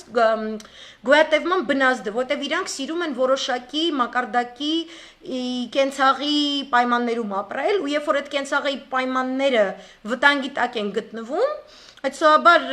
ստորին միջին խավն է, մի քիչ այտենց վերին միջին խավ բան, իրանք անմիջապես դա զգում են ու իրանք հասկանում են, որտեղ է իրանք շահը։ Այսինքն դուք օխլոս եք, էլի, դաժե քաղաքեն էլ չեք։ Ուղղակի այտենց մի երկու անգլերեն բառ, մի երկու ռուսերեն բառ այտենց գցում եք, դառնում եք ինչ որ այտենց մեյդան ընկած բան, էլի։ Հիմա ես տեսնում եմ այս տենդենսը մեր հայկական ցանցում այսօր, որ շատերը ասում եք, մեզ միջազգային հանրությունը մենակ է թողել, մեզ ոչ ոք չի լսում։ Մեզ չգիտեմ ինչ, այս կոմ են կոմ, ողբը բանը, ուհա, այո, մենք հիմա գիտենք, որ թուրքը երբեք չի փոխվել, ես միշտ եմ իմացել, թուրքը երբեք չի փոխվել, թուրքը իր 1915-ի ձեռագրով նախշել է ամբողջ Մերձավոր Արևելքը, ամբողջ Սիրիան, Իրաքը, հիմա եկել է, որ նախշի Հայաստանը, ու հատուկ, էլի շեշտեմ, 30 տարի թուրքին չի հաջողվել այդ նույն ձեռագրով մուտք գործել Կովկաս, մինչև Նիկոլի իշխանության գալը, որից հետո Նիկոլը բանակցությունները այնպես տարավ, որպեսի Ամերիկայի եւ ԵՄ-ի շահերից բխող նավթամուղերի պես շրջանցի ռուսական շահի տարածքը եւ ինքը իբրև թե մենակ նստի, ինչպես որ ՀԺՆ-եր երկու օր առաջ գրել, մենակ նստի Թուրքիայի հետ ինչ որ քյալատա, դրա շնորհիվ Թուրքիան եւ Ադրբեջանը կարողացան սերտ աճվել, իրենք կարողացան ինտեգրվել, դառնալ մեկ մարմին, մեկ հոգի, պսակվել, հարեմ կապել Կիրգիզստան, Ղազախստան, Թուրքմենստան, Աֆղանստան, Պակիստան երկրների հետ, իսկապես աննախադեպ ձևով եւ գալ պատերազմին։ Ինչն է սակայն տարբեր։ Մենք 1915-ի հետ ասոցիացիաներ անելիս պետքա հստակ մեր մեջ մտավարժանք կատարենք եւ հասկանանք, որ այն ժամանակ այո, հասարակությունը կարող էր, այսպես ասած, քրիստոնեական կանչ անել աշխարհին, որտեղ քրիստոնեական արժեհամակարգով, կրոնական արժեհամակարգերով ուղղորդվող համաշխարհային պատերազմեր մղվում այն ժամանակ, կամ արժեհամակարգերը սահմանվում էին դեռևս դավանաբանական պատկերացումների տեսանկյուններից, հա? Եվ ասում էին, որ չկա, աշխարհական ջալուր չի լինում, եւ սա չի լինում, եւ նա չի լինում, որտեղ մենք իսկապես անկախ պետություն չենք, մենք ունենք առևտրային լոբի, մենք ունենք տարբեր օրինակ Գերմանիայում, Ամերիկայի Միացյալ Նահանգներում, Ռուսաստանի Դաշնությունում, ունենք թե մեծահարուստներ, թե ռազմական գործիչներ, որոնք կարողանում էին մեր դատը ներկայացնել տարբեր երկրների ղեկավարներին, սակայն այս դարում մենք անկախ պետություն ենք, կրկնում եմ, Թուրքիան եկել է Անդրկովկաս եւ գտել է, որ Հայաստանի Հանրապետությունը мой адрес не дом и не улица, мой адрес Հայաստանի Հանրապետություն եւ Արցախի Հանրապետություն։ Նշանակում է մենք որպես սուվերեն պետություն, մանավանդ շատ հետաքրքիր է, եւ որ Ռուսաստանը փնոված եւ ամեն օր սուվերենությունից խոսացող դմդմփու գոռացած թավիշները այսօր ինչ որ միջազգային հանրությանը բողոք են ներկայացնում կամ Ռուսաստանին բողոք են ներկայացնում, որովհետեւ մենք այն ժամանակ ասում ենք սուվերեն եւ անկախ չի նշանակում, որ դու կղզի ես ու տարածաշրջանում չես ապրում ու չկա միջազգային հանրություն ու դու ինչ ուզես ոնց ուզես կարաս անես։ Հիմա իրանք եկել են Հռոմի պապից ավելի կաթոլիկ են ձևանում ու ներկայացնում են այնպես, որ իբրև թե իրենք ամեն ինչ ճիշտ են անում, իսկ միջազգային հանրությունը չկա, ու իրենք այտենց մեզ ինչ որ sense մուրացիկության, հուսալքվածության, այս ինչ որ sense բանի են բերում, հոգեվիճակի, որ Ոյ մենք պետքա խնդրենք, թակենք դռները, միտինգներ, ցույցեր, փակեք փողոցներ, ինչ ասես desperate գոռալ կանչել, գոռում կանչում եք, որովհետև ուշացել եք։ Եվ մենք չունենք միջազգային հանրություն ասելով, ես ուզում եմ մարդկանց հարցնեմ, ասենք թե ՄԱԿ-ը հենց այսօր, հենց հիմա հայտարարում է, որ Ադրբեջանը վсё terroristական պետություն է եւ այլն, ու իսկապես, որտեղ ես հասկանում եմ մի կողմից այն ահագնացող վտանգը, որի մեջ ապրում են մեր հայրենակիցները, գտնվում են ռմբակոծության տակ եւ այլն, դա մեզ խեղդում է ժամանակը, իսկապես ամեն վարքյան կյանք է։ Ամեն վարքյանի մենք կյանքի գնով ենք վճարում այդ կյանքի համար։ Ես հասկանում եմ այդ սղությունը, բայց դուք ինչպես եք պատկերացնում։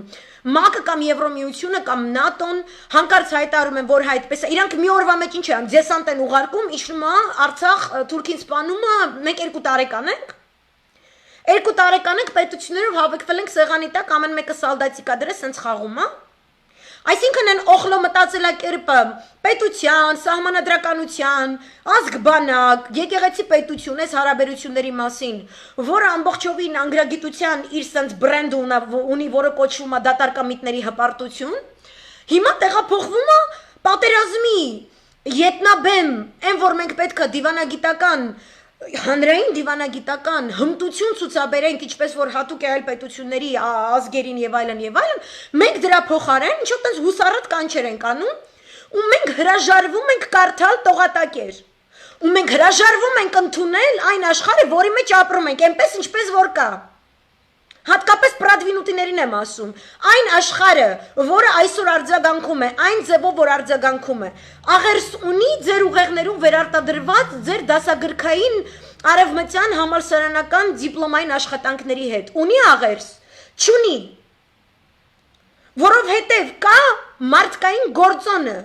կա տնտեսական հարաբերություններում, քաղաքական հարաբերություններում, դիվանագիտական հարաբերություններում մարդկային գործոնը, այսինքն այդ իրավունքը, իրավական նորմերը կամ շուկան, հա, իրանք գործում են ընդհանուր մասսայական հոգեբանության որոշակի տենդենսներով։ Մեկ վարքյան։ Да, ну конечно. Гарантами мира в Карабахе, это как? Կարող եք գրել, ես իրանք խաղաղապահներին նկատի ունեն։ Ну окей, ես հիմա կանդրադառնամ դրան։ Մերսի շատ։ Ինչ է սա նշանակում, որ մենք դնելու ենք ինչ-որ սենց ինքնախապեյությամբ զբաղվենք, այդ ինքնախապեյությունը գունավոր հեղափոխության ժամանակ կար, որ վсё, հեսա դուք աննախադեպ եզություն եք արել, ալամ աշխարհը դուսա գալու, ձեզ փող տա։ Սաղ վատն են, բոլոր հայերը, հատկապես Ռուսաստանի հայ բիզնես շրջանակները վատն են, իրանց փողը պետք է Հայաստանից կտրվի, ու ինչ որ абսուրդ գերմանացիներ ու ֆրանսիացիներ ու չգիտեմ ինչեր կան, որ եթե դու տենց լեզ դու պաչիկ ես անում Տրուդոյի հետ ու Մակրոնի հետ, ու դու Մերկելին բերում ես Քոչարյանի կառուցած հյուսիսային պողոտան ես ցույց տալիս, գերմանացիները, ֆրանսիացիները, կանադացիները սրազու հետ են քաշում իրանց բանկային համակարգի ներդրումները Թուրքիայից, իրանց ռազմական կոնտրակտները Թուրքիայից, իրանց ներդրումները Թուրքիայի հսկայական туриզմի անշարժ գույքի ոլորտներից, որոնք երկրորդական ալիքներով նաև արտահոսում են դեպի Ադրբեջան, իրանք վազն են անցնում իրենց ուրեմն Ռուսաստանի եւ Իրանի ռեսուրսները շրջանցող էներգետիկ դիվերսիֆիկացիայի պրոյեկտներից ու նենց են սիրահարվում խուճուճի փեդային բարին ու կոկոլի ծուրատամնաշարին, որ միանգամից սկսում են շատ ժողովուրդ, ամենամիակ աննախադեպ ժողովրդավար թափանցիկ հայերի համար սաղ փողերը հանում թափում են գետնին։ Այս պատրանքը, որ դուք ունեցել եք այն ժամանակ, հիմա անընդունելի է։ Հիմա այն ինչ որ կատարվում է, այդ պատրանքի հետևանքը։ Ուրեմն պատրանքներից պետք է անպայման Լավ, սահմանին ոչ մի ռուս խաղապահ չպետք է առնի, խնդրում դες պրովոկացիոն բաներ իմ լայվերի տակ չգրեք, ես աբսոլյուտն չեմ կիսում այն կարծիքը, որ ռուս խաղապահը պետք է սահմանին ալնի, որովհետև այս ինչը սենց այն ինչու ես գտնում ոչ, չի կարելի։ Ու այս սաղ բազարը դրա համար է եղել։ Ու ես դրա մասին խոսել եմ, մի տենց բաներ գրեք էլի, Դավիթ ջան, մի գրի տենց բաներ։ Կամ էլ տենց, в общем, ուրիշի լայվերի տակ գրի, չգիտեմ ցավոտ տանեմ։ Հիմա ինչ է կատարվում։ Ես այս տողատակերն եմ ներկայացնում։ Եվրոմիություն, ՆԱՏՕ, ՄԱԿ-ի անվտանգության խորհուրդ։ Երեկվա լայվում ես ձեզ ներկայացրեցի, թե ինչպես էր Թուրքիան, ինքը իր sense ինքնին ստեղծագործական ձիրք ունի, Բաքու ժամանած զինադադարից 5 պակաս մնացած Բաքու ժամանած Չավուշօղլուն, ինչպես էր վերամեկնաբանել, հա, ոնց որ խոճուճն է rebranding անում հայ ազգը, ինքը տենց rebranding էր արել ՆԱՏՕ-ի հղումը։ Ստոլտենբերգը եկել էր Թուրքիա ինչ որ հանդիպում, հա, ինքը ասել էր, որ Թուրքիան մեր համար արժեքավոր գործընկեր է։ Եվ Թուրքիան դա օգտագործեց Չավուշօղլու ուղարկելով, Էշ Իլհամի ականջները քաշելով, Սև ծովի նոր ճակատ բացելու սպառնալիքով Ռուսաստանի հետ խոսելով, Իդլիբի նոր ամբողջական ճակատ բացելու Ռուսաստանի հետ սպառնալիքով, Բիշկեկում շատ մեծ անհանգստություններ տարածելով ու այսօր երեք էլ շատ այսպես խորը մեկնաբանություններ քննարկումներ են գնում ՄԱԿ-ի անվտանգության խորհրդում, որտեղ Ռուսաստանի Դաշնության ներկայացուցիչը շատ հետաքրքիր ձևով պաշտպանեց Հայաստանի շահը եւ Հայաստան-Ռուսաստան հարաբերությունների շահը, որը մեր տողատակեր չհասկացող հասարակությունը շատ սխալ ձևով մեկնաբանեց։ Ես ձեզ ներկայացնում հետեւյալը. ՆԱՏՕ-ն անընդհատ փորձելու է, այսպես ասած, Ռուսաստանին բզբզի։ Ռուսաստանը դրան անընդհատ պատասխանելու է։ Այդ բզբզոցներից մեկը արտահայտվում է նրանում, որ ամբողջ արևմտյան մամուլը այս հակամարտության էսկալացիայի առաջին իսկ օրերից գրում է, որ Ռուսաստանը եւ Թուրքիան նույնաչափ ձևով հրահրում են ավելի լայնածավալ պատերազմ տարածաշրջանում, որպեսի դա օգտագործեն որպես առիթ, ինչպես Ղրիմն են օգտագործել կամ Սիրիայի ինչ որ ինցիդենտներ, որպեսի հավելյալ ինչ որ սանկցիաներ դնեն Ռուսաստանի Դաշնության վրա, որտեղ ընդհանուր ՆԱՏՕ-ն ունի Ռուսաստանը խեղդելու ռազմավարություն։ Ռուսաստանի Դաշնությունը սակայն ինչ կոնկրետ Անդրկովկասի դեպքում ինքը արմատականորեն տարբերվում է Թուրքիայի գործոնից, որովհետև այստեղ ինքը հարցերը լուծել է ցանկանում ԱՄՆ-ի, Ֆրանսիայի հետ ԵԱՀԿ Մինսկի խորհրդի ԵԱՀ-նախագահների շրջանակում, որը թուրքական այս միջամտությունը հիմնական թիրախն է։ Թուրքիան ուզում է, որ սա վերանա, սա որպես հարց լուծող համակարգ վերանա, որպեսի ինքը միանձնորեն մտնի տարածաշրջան։ Ընդ որում սողունությունը ցուցաբերում երեկվա իր արարքով եւ գործելակերպով, ասելով, որ դա ՆԱՏՕ-ի կողմից խրախուսված քայլ է, որ ինքը դա անում է ՆԱՏՕ-ի անունից, ինքը Ամերիկային տես ինչ շատ մեծ շռայլ նվեր է բերում։ Սակայն Ռուսաստանի Դաշնությունը այս ձևով մակում խոսելով, մենք տեսնում ենք Ամերիկայի Միացյալ Նահանգներին ավելի փոխված մտածելակերպ, մենք տեսնում ենք իրենց հայտարարությունը առայն, որ ոչ ՆԱՏՕ-ն իր հանդիպման շրջանակներում, երբ որ ես ասեմ ՆԱՏՕ, դուք հասկացեք Ամերիկայի Միացյալ Նահանգներ։ Ես ասեմ Եվրոմիության քաղաքական կառույցների նիստեր քննարկումներ, դուք հասկացեք քննարկումներ, որոնք սահմանափակված են ԱՄՆ-ի կողմից ՆԱՏՕ-ի վրա ունեցած ազդեցությամբ, որովհետև քո բոլոր որոշումները իրականանալի են այնքանով, որքանով դա թույլատրելի է ՆԱՏՕ-ի ֆիզիկական իրագործելի ռազմավարության տեսանկյունից։ Ռուսական այդ հայտարարությունից հետո, որ մենք որևէ սադրանքի չենք տրվի եւ մենք չենք ներքաշվի պատերազմի մեջ, մենք չենք ցանկանում պատերազմական գործողությունների դաշտի ընդլայնում, մենք չենք ցանկանում պաշտոնապես ներգրավել որևէ պատերազմական գործողություններում։ Որովհետև դրանով, եթե իրանք պաշտոնապես ներգրավեն, Թուրքիան կունենա այդ արդարացումը ներգրավելու եւ այնտեղ կլինի համաշխարհային պատերազմ եւ մենք այն ինչ որ տեսնում ենք ցավոք սրտի, որ իրականանում է Ստեփանակերտում, մենք կտեսնենք դա շատ ավելի մեծ մասշտաբով, ընդ որում միայն Հայաստանի մասին չի խոսքը, խոսքը նաեւ Իրանի հյուսիսարևելքի հյուսիսարևմուտքի մասին է, խոսքը հյուսիսային Կովկասի մասին է, ինչի առնչությամբ հյուսիսային Կովկասի իսլամական մուֆտիները ղեկավարությունը գործիչները հավաքվել որոշակի հայտարարի են եկել եւ այլն, որտեվ սա կբերի շատ ավելի մեծ կատաստրոֆայի, որը Թուրքիան շահագրգռված է, որ գա հասնի կատաստրոֆային, Ռուսաստանի Դաշնությունը ոչ, եւ Ռուսաստանի Դաշնությունը ինքը ներկայացնում է Ամերիկայի Միացյալ Նահանգներին այն տեսլականը, որ կարող է Ղրիմի առումով սանկցիաներ դնել, Սիրիայի առումով սանկցիաների լեզվով խոսել, ասել, որ ես ինչ որ պատերազմական գործողություններ եւ այլն, Անդրկովկասի դեպքում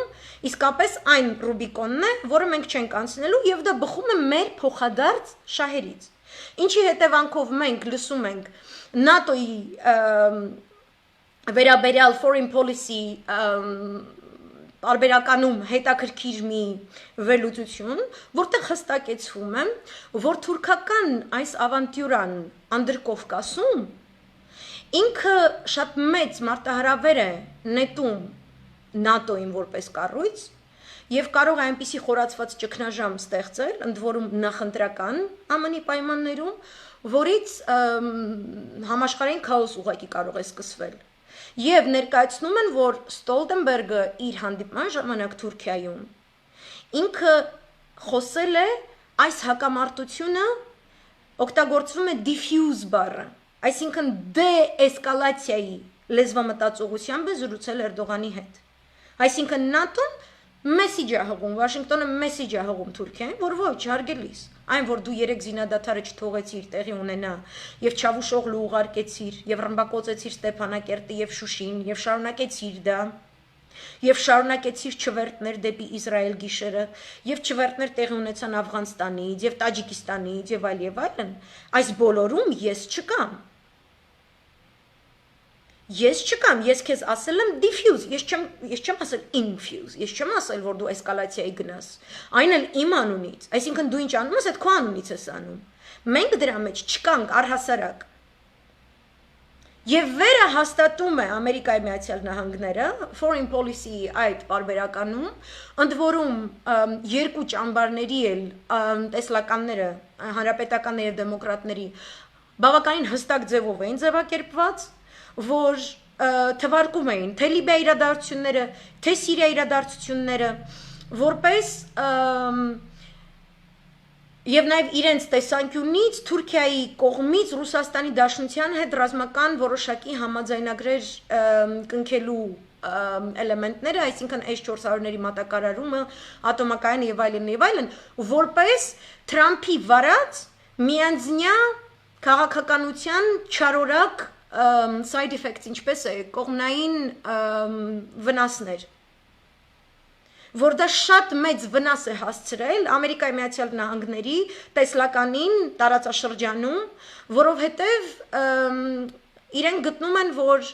Թրամփը պետք է շատ ավելի վաղուց, ավելի կոշտ լեզվով խոսած լիներ Էրդողանի հետ,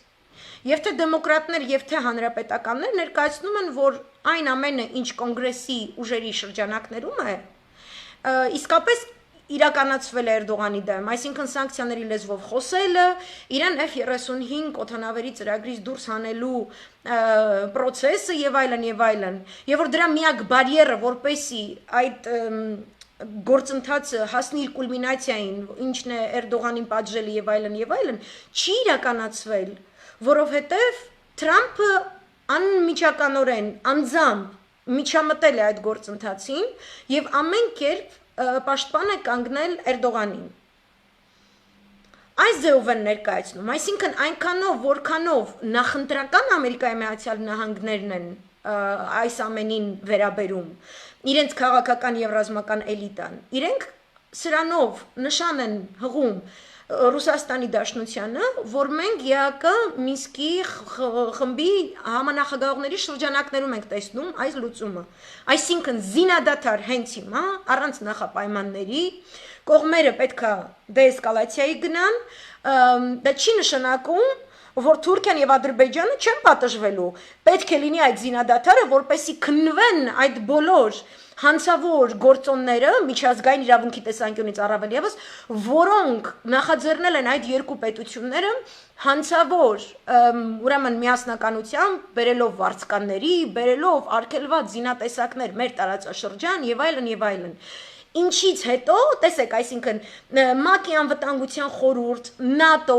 Ամերիկայի Միացյալ Նահանգներ, Ռուսաստանի Դաշնություն, հետաքրքիր այս ետնաբեմային հարաբերակցություններից հետո մենք տեսնում ենք արդեն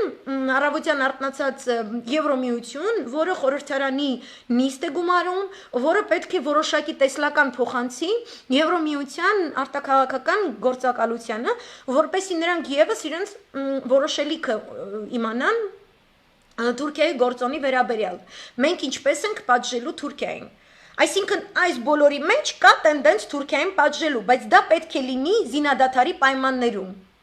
Եվ դա պետք է լինի մեր ներկայացված տվյալների բազայի հիման վրա, որտեղ մենք աներկբայորեն չենք ունենալու որևէ incriminating, ինչպես է, մեզ որպես հանցավոր կողմ, մենք ոչ սկսել ենք այդ կռիվը, մենք ոչ հրահրել ենք եւ այլն, եւ մենք ահաբեկիչներ չենք բերել, եւ մենք արգելված զինատեսակներ չենք բերել, եւ մենք չենք թիրախավորել խաղաղ ազգաբնակչությունը եւ այլն, այս ամեն գործոնները պետքա ներկայացվի, որպեսի հետո արդեն բանակցային գործընթացում մենք կարողանանք այնպիսի դիվիդենդներ ունենալ, ինչպես ապրիլյանից հետո, կրկնում եմ, Ադրբեջանի վարած շատ սխալ պրոպագանդիստական ստով եւ կեղծիքով լեցուն ինֆոարշավի հետևանքով, որը իսկապես բռնապետական պետության բոլոր էլեմենտները ուներ, իսկապես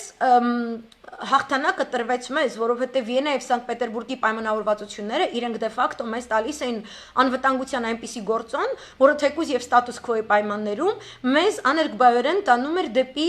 Արցախի հանրապետության որպես անկախ պետության միջազգային ճանաչման ճանապարհով։ Այսինքն մենք պետք է թույլ տանք որպեսի այս բոլոր սխալները, որ նրանք գործում են, մենք որևէ կերպ չկրկնենք, մենք պետք է մնանք մեր բարձունքին, հա?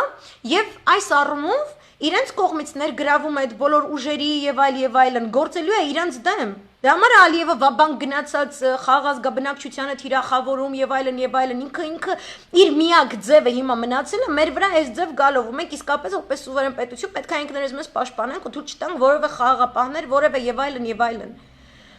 Բայց միջազգային կառույցները իրանք չեն կարող, այսպես մի օրվա մեջ դուք որոշեցիք, եկաք եւ այլն, եւ ես կարող եմ փաստարկներ բերել բազում վերջին 2 տարիների ընթացքում, որ այս միջազգային կառույցները, որոնց դուք փնովում եք եւ այլն, իրենց հետ չի վարվել ճիշտ քաղաքականություն, ճիշտ լոբիստական ուղղվածություն, հայկական տեսլականով, որովհետեւ ինչ որ մեկը մեյդան էր ընկել ու ասում էր, սաղ ես գիտեմ, իմ արտաքին քաղաքականությունը 0 կետից է սկսում, իմ բանակցությունը 0 կետից է սկսում Դու էլ 0 կետից սկսում, 0 կետից սկսել 0 կետում էլ մնացել ես,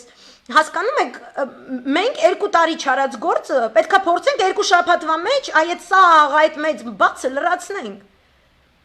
Այս կառույցները մայց Տերեզա չեն, իրանք, ոնց ասեմ, կարմիր խաչ չի, բան չի, ինքը պրոտոկոլային հիմնարկներ են, սա 21-րդ դարի պատերազմ է, մենք պրոտոկոլով պետք է առաջ գնանք, մենք չպետք է կեղծ ինֆորմացիա ներկայացնենք։ Ու գալիս է այդ Եվրոմիությանը արդեն Եվրոմիությունը որոշում է, որ ինքը Թուրքիայի առումով որոշում կկայացնի դեկտեմբերին։ Ասե ինչու դեկտեմբերին, Գրիգոր աղա, հա? Ինչու դեկտեմբերին։ Ոչ թե որ մեզ չի սիրում, ուզում է մենք մահանանք, մենք չգիտեմ ինչ, նախ քանի որ երկու կողմից էլ ոչ ճիշտ ինֆորմացիա ներկայացվել, ուռճացված թվեր են ներկայացվել, նեն զինատեսակներ են վերցրել, ջարդել, էս են արեն, в общем, սազունցի Դավիթ, չգիտեմ, այնտեղ Աքիլես, այնտեղ չգիտեմ, Դավիթ, սաղ ոչ մի բան են, էլի, այն ինչ որ դե աննախադեպ են երկուսն էլ բան սենց, ու սենց հիմա պետք է սենց քջիջա, Եվրոմիությունը պետք է սենց քջիջի հասկանա ինչն է ճիշտ, ինչն է սխալ, որտեղ սխալ փաստարկների հիման վրա ոչ մեկ չի կարող որոշում կայացնի։ Իրանք հո բան չեն, հայկական ժամանակ չեն, նստեն օթից միած սենց էլ, ինչ-որ մեկի պապու արտակնոցում ճանջերը տզում են, այդ տզացող ճանջերից մեկը մի բան ասեց, վсё, գործ ենք հարուցում, այսինչին բերենք նստեցնենք, եթե համակարգը չի ուզում նստեցնի, համակարգին են նստեցրեք, ոչ սաղդ նստեք, մենակ խուջուջի ճանջերը տզան ու վсё, այդպես չի գործում, դու ոնց քեզ պահես, այն էլ ստանում ես, որտեվ դու անկախ պետություն ես։ Դու պետություն ես, դու ոչ թե անցյալ դարում պետականություն չունեցող թույլ տկար քո շահերը ներկայացնելու անընդունակ ինչ որ մի էթնիկ գործոն ես, այլ դու հիրավի վերածնված երկու պատերազմներով կնքված եւ սա էլ երրորդն է եւ Աստված երրորդություն ասիրում է, վերջնական հարվածն է լինելու։ Մենք պետք է այս կնունքը անցնենք այս հանուն սուրբ երրորդության եւ դուրս գանք որպես հզոր պետություն, ուրեմն արդյունքները ընդունելի չեն, միայն տքնաջան աշխատանք։ Մեկը մյուսիս հանդեպ մեր հարգանքով, մեր պահվածքով, որովհետև մենք ազգային փոքրամասնություններ չենք ուղարկում պատերազմի մսաղած։ Մենք այսօր կարդում ենք մահազդներ մեր տղամարդկանց սերուցքից, մենք կարդում ենք հոյդա կամավորականներից, մենք կարդում ենք երկու պատերազմ մասնակցածների մասին մահաբերականներ, մենք կարդում ենք ուղակի ուսանողական իր նստարանը թողած եւ պատերազմի դաշտ գնացած ուղակի գերպայծառ կերպարների մահաբերականներ։ Եվ մենք չենք կարող նստել ոչ դրա կողքը ժպտալ եւ գրել որ վերջ մենք կհաղթենք որտեվ մենք մենակ ենք աշխարհի առջեւ որտեվ ես աննախադեպ եմ որովհետեւ գլենդելու մի հատ կարտոլ ինձ պաշտպանում ամենակարտոլն է ինձ հասկանում այսօրվա ոչ չկա տենց բան ոչ ողբ ոչ էլ այդ հիվանդագին էնտուզիազմը չկա տենց բան հավասարակշռված ճիշտ սառը նստած փաստարկի հետևից ԱԳՆ ՊՆ ԱԱՑ արտաքին գործակալություններ ամբողջ հոյդայի հայ դատի կառույցը որ այսօր հրաշալի աշխատանք էր իրականացրել Եվրոպարլամենտի լսումները կազմակերպելու անցկացնելու քարոզչություն իրականացնելու համար ընդդիմադիր դաշտը նույնն էր իրականացրել Մենք պետք է աշխատենք, մենք պետք է ստանանք այն, ինչ մենք ներդնում ենք այդ գործընթացներում։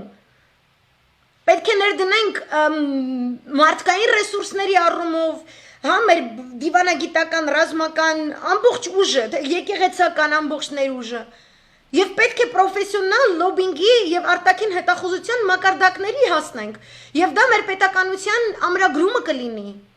ոչ թե թույլատումը։ Այդպես է գործում այսօրվա միջազգային հանրությունը, երբ որ ասում ենք միջազգային հանրություն, խոսում ենք ՆԱՏՕ-ի մասին, ՀԱՊԿ-ի մասին, ՄԱԿ-ի անվտանգության խորհրդի մասին, մենք չենք խոսում դրախտների մասին, որտեղ ապրում են հրեշտակապետներ եւ իշխում են սրբեր, հա, այնտեղ գնում ես կանտորայում հա սուրբ է նստած, Սուրբ Ռաֆայելը ասում ես, որ ինչ ես ուզում, ես ուզում 10 թուրքի դիակ, օքեյ, եղավ, մեռավ 10 թուրք։ Այդպես չի լինում։ Չի կարելի կույր լինել, իմ մտող կույր չի կարելի լինել։ Ու ես չեմ արդարացնում այդ միջազգային հանրությանը, բայց ես ասում եմ ճիշտ աղմուկ հանելու ձևը, ես կարամ ստե փողոց չփակեմ, բայց դեսպանին հետ բերեն։ Որտեւ այստեղ համայնքը աշխատում է լուր, գիշեր ցերեկ, սա համայնքը, առանց շուխուրի։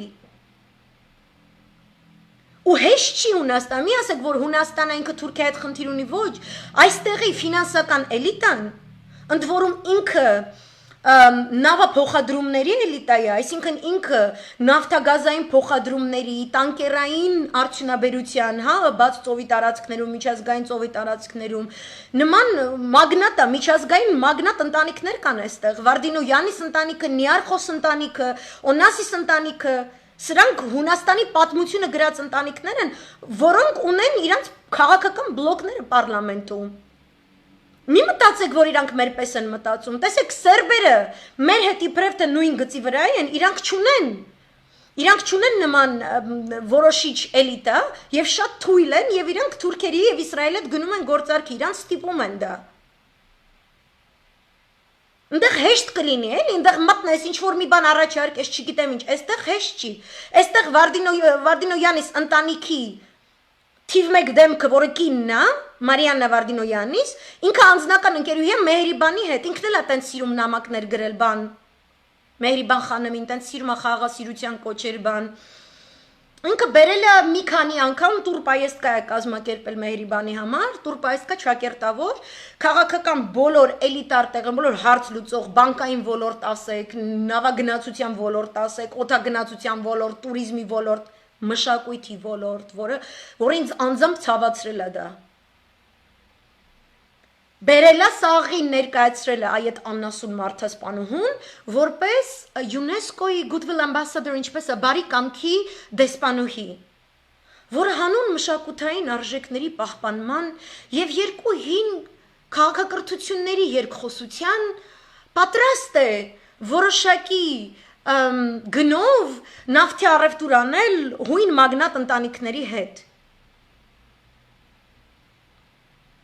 Ձեզ Արցախի նախագահը դուր է գալիս, ոնց որ արդար մարդը, շատ ուրախ եմ, հիմա եթե կարելի է թեմայից խոսանք, շատ լավ կլինի։ Ես այտենց ընդհանրացումների չեմ գնա, ես գտնում եմ, որ մենք այս ճտերը, այս ամեն ինչ կատարվածի հետո ենք հաշվելու, որովհետև ես կցանկանայի Արցախում տեսնել այնպիսի տենդենս, որը խուճուճին դուրս է հրավիրում նախագահականի սենյակից, որը խուճուճին արգելում է ռազմական ճանապարհաքարտեզ մշակելիս լինել գենշտաբի սենյակում, որը խուճուճին արգելում է ապաստարաններում այդ պահին թաքնված ապաստանած մարդկանց ֆոնին հելնել քուչեքում ման գալ նկարվել իբրև թե ինքը ես արկերի տակ իմ ամուսինը արկերի տակ սենց գրողուսև ցավ դա արցախցին տենց բաներ չի իմ իմացած արցախցին ես գիտեմ արցախցին ինքը տենց բան չի անում այսով է օքեյ Բակո Սահակյանը ճիշտ է շատ սխալներ ես տեսնում եմ ու այդ սա խոսվելու է որովհետև պատերազմը PR ակցիա չի ոչ մեկի համար եւ Արայիկ Հարությունյանը առաջ էլ է կրված եղել այն սաղ ձյաձերի ձերի տակա ինքը մեծացել դարձել են ինչ որ կա ու ինքը մեկու մեջ ուրանում է որովհետև խուճուճի կապրիզը ներվոզը բռնում է կամ խուճուճի տաբլետկը լցնում է իր մարդու կոկորտը մարդու նևրոզն է բռնում հա ու ճիշտ նախագահը այտենց անասունություններ չի հանդուրժի ու ես չեմ հավատում, որ ժպիտը կհաղթի կարելի է ժպտալ, օքեյ, մեկու մեջ։ Այդ ժպիտը, որ ասում է ժպիտը, Խուճուճի անասունությունն է, ինքը rebranding-ը, հայազգը չի ժպտում, իրանք տենց սիրում են, չէ՞։ Թավի շնդիմադիրը Սորոսնյակը, բացի նրանից, որ մեզ տենց բաներ անում, հա, իբրև թե մենք պատրիարքալ, միլիտարիստ, ագրեսոր պետություն ենք, ինչի պատճառով մեր կանայք ամենադաժան կյանքն են ապրում ալամ աշխարհի երեսինեսյանեյան ու դրա համար պետք է հայ տղամարդը չկռվի, որ հայ կնիկը լավ ապրի, անասունություններով են զբաղված, իրանք հիշում եք, ժպտա, այս անասունություններ Սորոսի։ Լարիս ջան, դու Լարիսն հաստատ այսօր ժպտում ա, որտեվ Լարիսի տղան թռած է Հայաստանից։ Ես այդ ժպիտներին չեմ հավատում, ես սիրում եմ Ղարաբաղցիների լրջությունը ու ես սիրում եմ, երբ որ իրանք ժպտում են, իսկականից են ժպտում, ես շինծ ու բաներ չեմ սիրում, չի կարելի, ու ինձ է շեղել չի կարելի, էդ էլ է ճիշտ, բայց ռազ գրեցիք, ոչ մի բան չի մոռացվելու, այն ամենը հատկապես, երբ որ խոսում են քաղաքական ուժի մասին, որը սահմանադրական կարգի խախտման իշխանազավթումը իրականացրել է, ասելով, որ ապրիլյանին ձեզ խաբում էին, Ռուսաստանն է հրահրել Ապրիլյանը, Ռուսաստանը սաղ արել է, որ ես ինչի չգիտեմ ինչ, ինադու տարան մեր տղեկին կերան, այս ինչ դիրքերը թողեցին, որ հողերը հանձնեցին, ինչի այսքան զոհ կար, չգիտեմ լապատկով են կռվել, այս ինչ ասել է, հորքուրից թորան ծորի կողքի հարևանի, պապու տատու, կեսուրի, ծորան, եսիմ ինչ լակոտ անասունը, ճակատի եսիմ որ կետից, ասել է աղբեր, խփում ենք, մեկ է սիգարետս պրծավ, այս ինչ բանակա սիգարետ չկա բան, իրանք եկել են ապրիլյան հանձնաժողովը քնող 2 տարի է սարքել են իրանք բրենդը, իրանք երկիրը չեն կառուցում, իրանք սոցիալ-տնտեսական խնդիրներ չեն լուծում, իրանք սոցիալ-տնտեսական խնդիրներով զբաղվող սորոսական անասունուհին, որը տոլի կա, տոլի չկա, չգիտեմ ինչ, իր շեդևրը եղել է, երեխեք, եկեք ամեն օր նույն ժամին դուզ գամ կաստրյուլաները խփելով երկենք մի հատ ինչ-որ շատ տարածված ռազմահայրենասիրական երգ ի նշան առաջնագծում կռվող մեր տղաների, հա բալաջան։ Ու այդ սաղ այդ drone swarm, որ գալիս այդ դրոններով խփում է մեր տղեկին, ու այդ սաղ հրետակոծությունը, հրթիռակոծությունը, այդ ամեն ինչը, իրանք թողած ձեր կաստուրկեքը, պրիչոմ Երևանից, իրանք այդ կաստուրկեքի երգն են լսելու, որ դուխ հավաքեն։ Իրանք սոցիալ-տնտեսական խնդիրներով չեն զբաղվել, իրանք ասել են ապրիլյանը սխալ է կռվցվել։ Հիմի խուճուճը գնացել է Արցախ ընկել, որ ցույց տա, որ ինքը ճիշտ կռվող կնիկ է, յանում ինքը պատերազմից հասկացող բան, սաղ կյանք պատերազմ քրֆած, ինքնին խաղաղության ղշի տեղ դրած, սաղ զինվորների մամաների ինչ որ տանում են շեխիտ կեքի մամաների հետ սպիտակ շորեր հագնելու մուսուլման կեքի պես իրար փաթաթվեին, չգիտեմ, փամփուշտների զարդերս, այս անասունությունների հեղինակը գնացել է իր անասուն իմիջը փրկի, որտեղ ինքը գիտի, որ ինքը պրծած է։ Ինքը քաղաքական դիակ է։ Ինքը այս ամեն ինչի հեղինակն է։ Երբ որ դու գալիս ես իշխանության ասելով, որ ինչ որ մեկը սխալ է կռվել պատերազմը, ու դու բերում գցում ես սաղին պատերազմի, դու պետք է ապացուցես, որ դու իրենց լավ կարաս կռվես այդ պատերազմը։ Ու մենակ պատերազմի սկիզբը Իրանով ցույց է տալի, որ դու չգիտես вообще ոչ մի բան։ Պետականությունից ու պետությունից ոչ մի բան չես հասկանում, դու չես արգում։ Այս երկրի ոչ անկախության հռչակագիրը ոչ սահմանադրություն է։ Okay, ինքը իր մորթին է ազատում, ինքը ուրիշ բան չի անում։ Ինքը չի ուզում իր մարդը հրաժարական տա գնա, չնայած մենք ունենք օրենսդրական process, ինքը ռադը քաշում է, մենք ունենք գեշտաբ, մենք ունենք պետական պաշտպանության կոմիտե ստեղծելու բոլոր լծակները, մենք ունենք հրաշալի անձնավորություններ, որոնք կարող են երկրի կառավարման ղեկնել, պատերազմի կառավարման ղեկնել, վերջապես առողջապահական սիստեմի այս կրախը ամբողջը կանխել, ճիշտ աշխատել Ռուսաստանի Դաշնության Իրանի Իսլամական Հանրապետության հետ։ Որտեղ խուճուճը ունի ամերիկյան դեսպանատներից թելադրվող տեսլական, որը ասում է դավայտի Հայաստանը սարքում ենք Սիրիա, դու ել կլինես սպիտակ սաղավարտները։ Այդտենց շրջագայող կակրազ այդտենց գնչոյական կայֆեր ունես, սաղորը քուչեքի գցած ես, այդտենց մեկ էլ այդ սպիտակ սաղավարտներն էին Սիրիայի քուչեքում գցած, հատուկ ստուդիոներով, անիվների վրա, գնում էին կեղծ պատմություններ էին ստեղծում, կեղծ հերոսապատումներ, որտեղ իսկապես քրիստոնյաներին հենց, ոնց ասեմ, 5 րոպե առաջ մորթած, սպանած, հա, Քիմ Զենկով մի ամբողջ գյուղ ոչնչացրած իգիլականներին ներկայացնում են որպես ազնիվ արդարացի մարտիկներ ընդդեմ դաժան Բաշար Ալ-Ասադի, չգիտեմ ինչին, ռեժիմին։ Ինքը սպիտակ սաղավարտներն է։ Գնում է տենց նկարում է ինքը, դրա համար գնում է գենշտաբի ոտերի արանքը, որ ոտատակ գնում, որ այս ինչը սենց ներկայացրեք։ Պոստեր սարքեք, ես ու մարդս այդ պոստերի մեջտեղն ենք, բան, սենց ապուշություններով է զբաղված։ Էդ է ինքը։ Դե համար չի կարելի, ես ամեն ինչ անգրագետ ունի մեջ դնել ու հենց ինքն էլ է նրա հեղինակը, որ տիպը միջազգային հանրությունը մեզ մենակ է թողել, ոչ ոք չի ուզում ահաբեկիչներին սպանի, մենք ենք ուզում սկսենք միջազգային հակահաբեկչական կոալիցիա ստեղծել, մենք ենք, չգիտեմ, կա, այտենց կոալիցիա կա աշխարհում։ Այդ կոալիցիայի մեջ Ռուսաստանի Դաշնությունը 2001 թվականից մասնակցում է։ Ինքը 9/11-ից հետո Ամերիկայի Միացյալ Նահանգների հետ էլ, Իրաքի հետ էլ, Սիրիայի հետ էլ, Լիբիայի հետ էլ համագործակցել է ընդդեմ ահաբեկչության։ Ու այդ նույն պետությունը 2 տարի քեզ ասում էր, աղջիկ ջան, մի հատ նորմալ քեզ պահի։ Մի հատ նորմալ քեզ պահի։ Այդ է հակահաբեկչական պետությունը։ Իրանն է հակահաբեկչական պետություն, որը Սիրիայում մորթել է ուղղակի։ Իգիլականներին Սիրիայից եւ Իրաքից Իրանն ու Ռուսաստանը մաքրել են։ Մենակ էշը կարան այնց անի, որ իգիլականը գա հասնի Հայաստան։ Ու հիմա էլ տիպը ես եմ սկսում հակա, դու չես սկսում, ինքը կա արդեն։ Այսինքն պետք չի հեծանիվ մոգոնել։ Այսինքն ոնց որ գունավոր հեղափոխությունը հեծանիվ չի, այտենց էլ հակահաբեկչական միջազգային պայքարը հեծանիվ չի։ Ու քեզ պետք չի 1000 տարի մնա 3 միլիոն ժողովրդով մտնես միջազգային հակահաբեկչական պայքարի մեջ։ Ու առիթը տաս, որպեսի թուրքը սկսի պատմել, յանում թե դու ստեղ քուրդ եսի մինչերի ես հովանավորում, իբր թե Վագները եկել է Ղարաբաղ, ինչ որ սենց անասունություններ եք տարածում։ Չկա տենց բան, հայը իրա կռիվը ինքն է կռվում։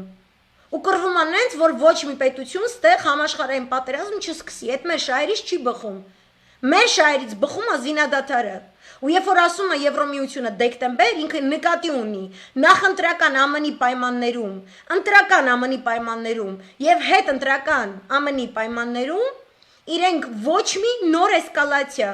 ոչ մի նոր ճնշում կառուցողական որևէ միջազգային կառույցի դեմ չեն հանդուրժելու։ Եվ New York Times-ը հստակորեն գրել էր, որ այսինքն Թրամփը եկե Չինաստանի խնդրը թողած, ընկնի ինչ որ մի հատ մեկի, որ причем գործ սարքելով է իր հետ խոսում ու իր մասին արտահայտվում, հա? Այսինքն սաղ կյանք շանտաժով զբաղված Թրամփը ձեր շանտաժին ու մանիպուլյացիային, ձեր գեղձ ու շանտաժի մանիպուլյացիային պետք է զոհ գնա ու դու տենց գա քո կողքը կանգնի, չէ, ինքը պրոստը բզբզում է Ռուսաստանին չերես քեզ, ինքը ուրիշ բան չի անում։ Ռուսաստանն էլ ասում է, հա, կամ սաղ եմ, ախպեր ինչ ես ուզում։ Պուտինը այսօր հայտարարում է, ես ոչ մի խնդրեմ չունեմ, մեր սաղ փոխադարձ համաձայնվածություններից բխող պարտականությունները ես լրիվ ճիշտ եմ կատարում եւ Հայաստանի Հանրապետությունը չի կարող որևէ հայտ ներկայացնել առայն, որ ես ինչ որ ձևով իմ պարտականությունը չեմ կատարում, այդպես բան չկա։ Այսքան բան։ Դե թող քո Նիկոլը դուզ գա ու հակաճառի։ Вообще խիա Նիկոլը խոսում։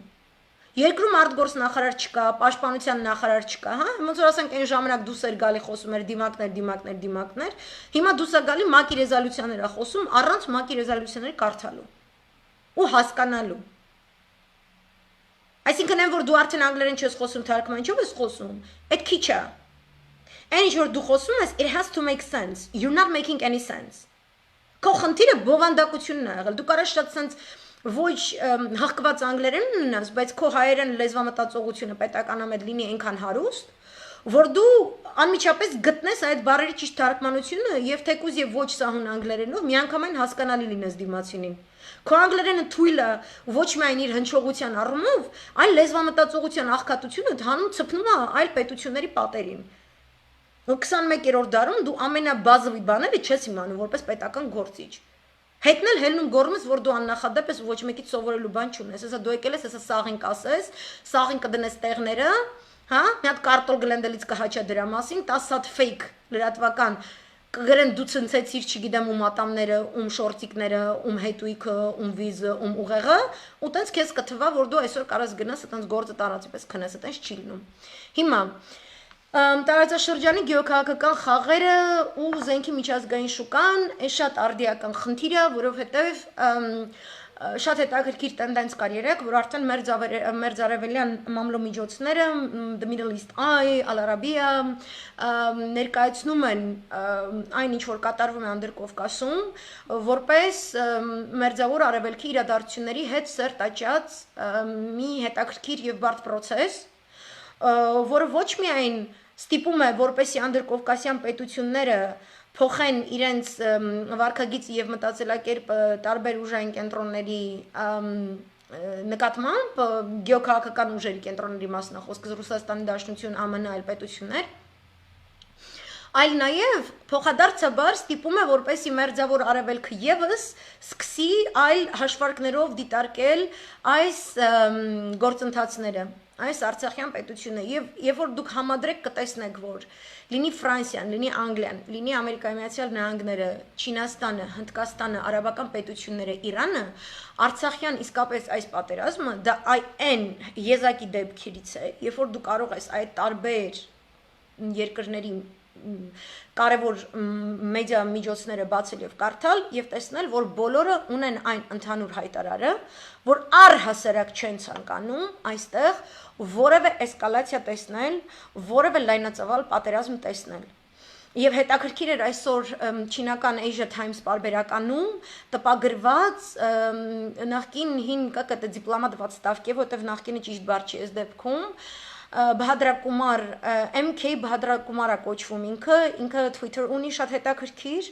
ինքը շատ ծավալուն վերլուծություն էր ներկայացրել, թե ինչպես մերձավոր արևելքի տեսանկյունից կարող են անդրկովկասյան այս իրադարձությունները փոխել գեոքաղաքական շահերի քարտեզը առհասարակ տարածաշրջանում։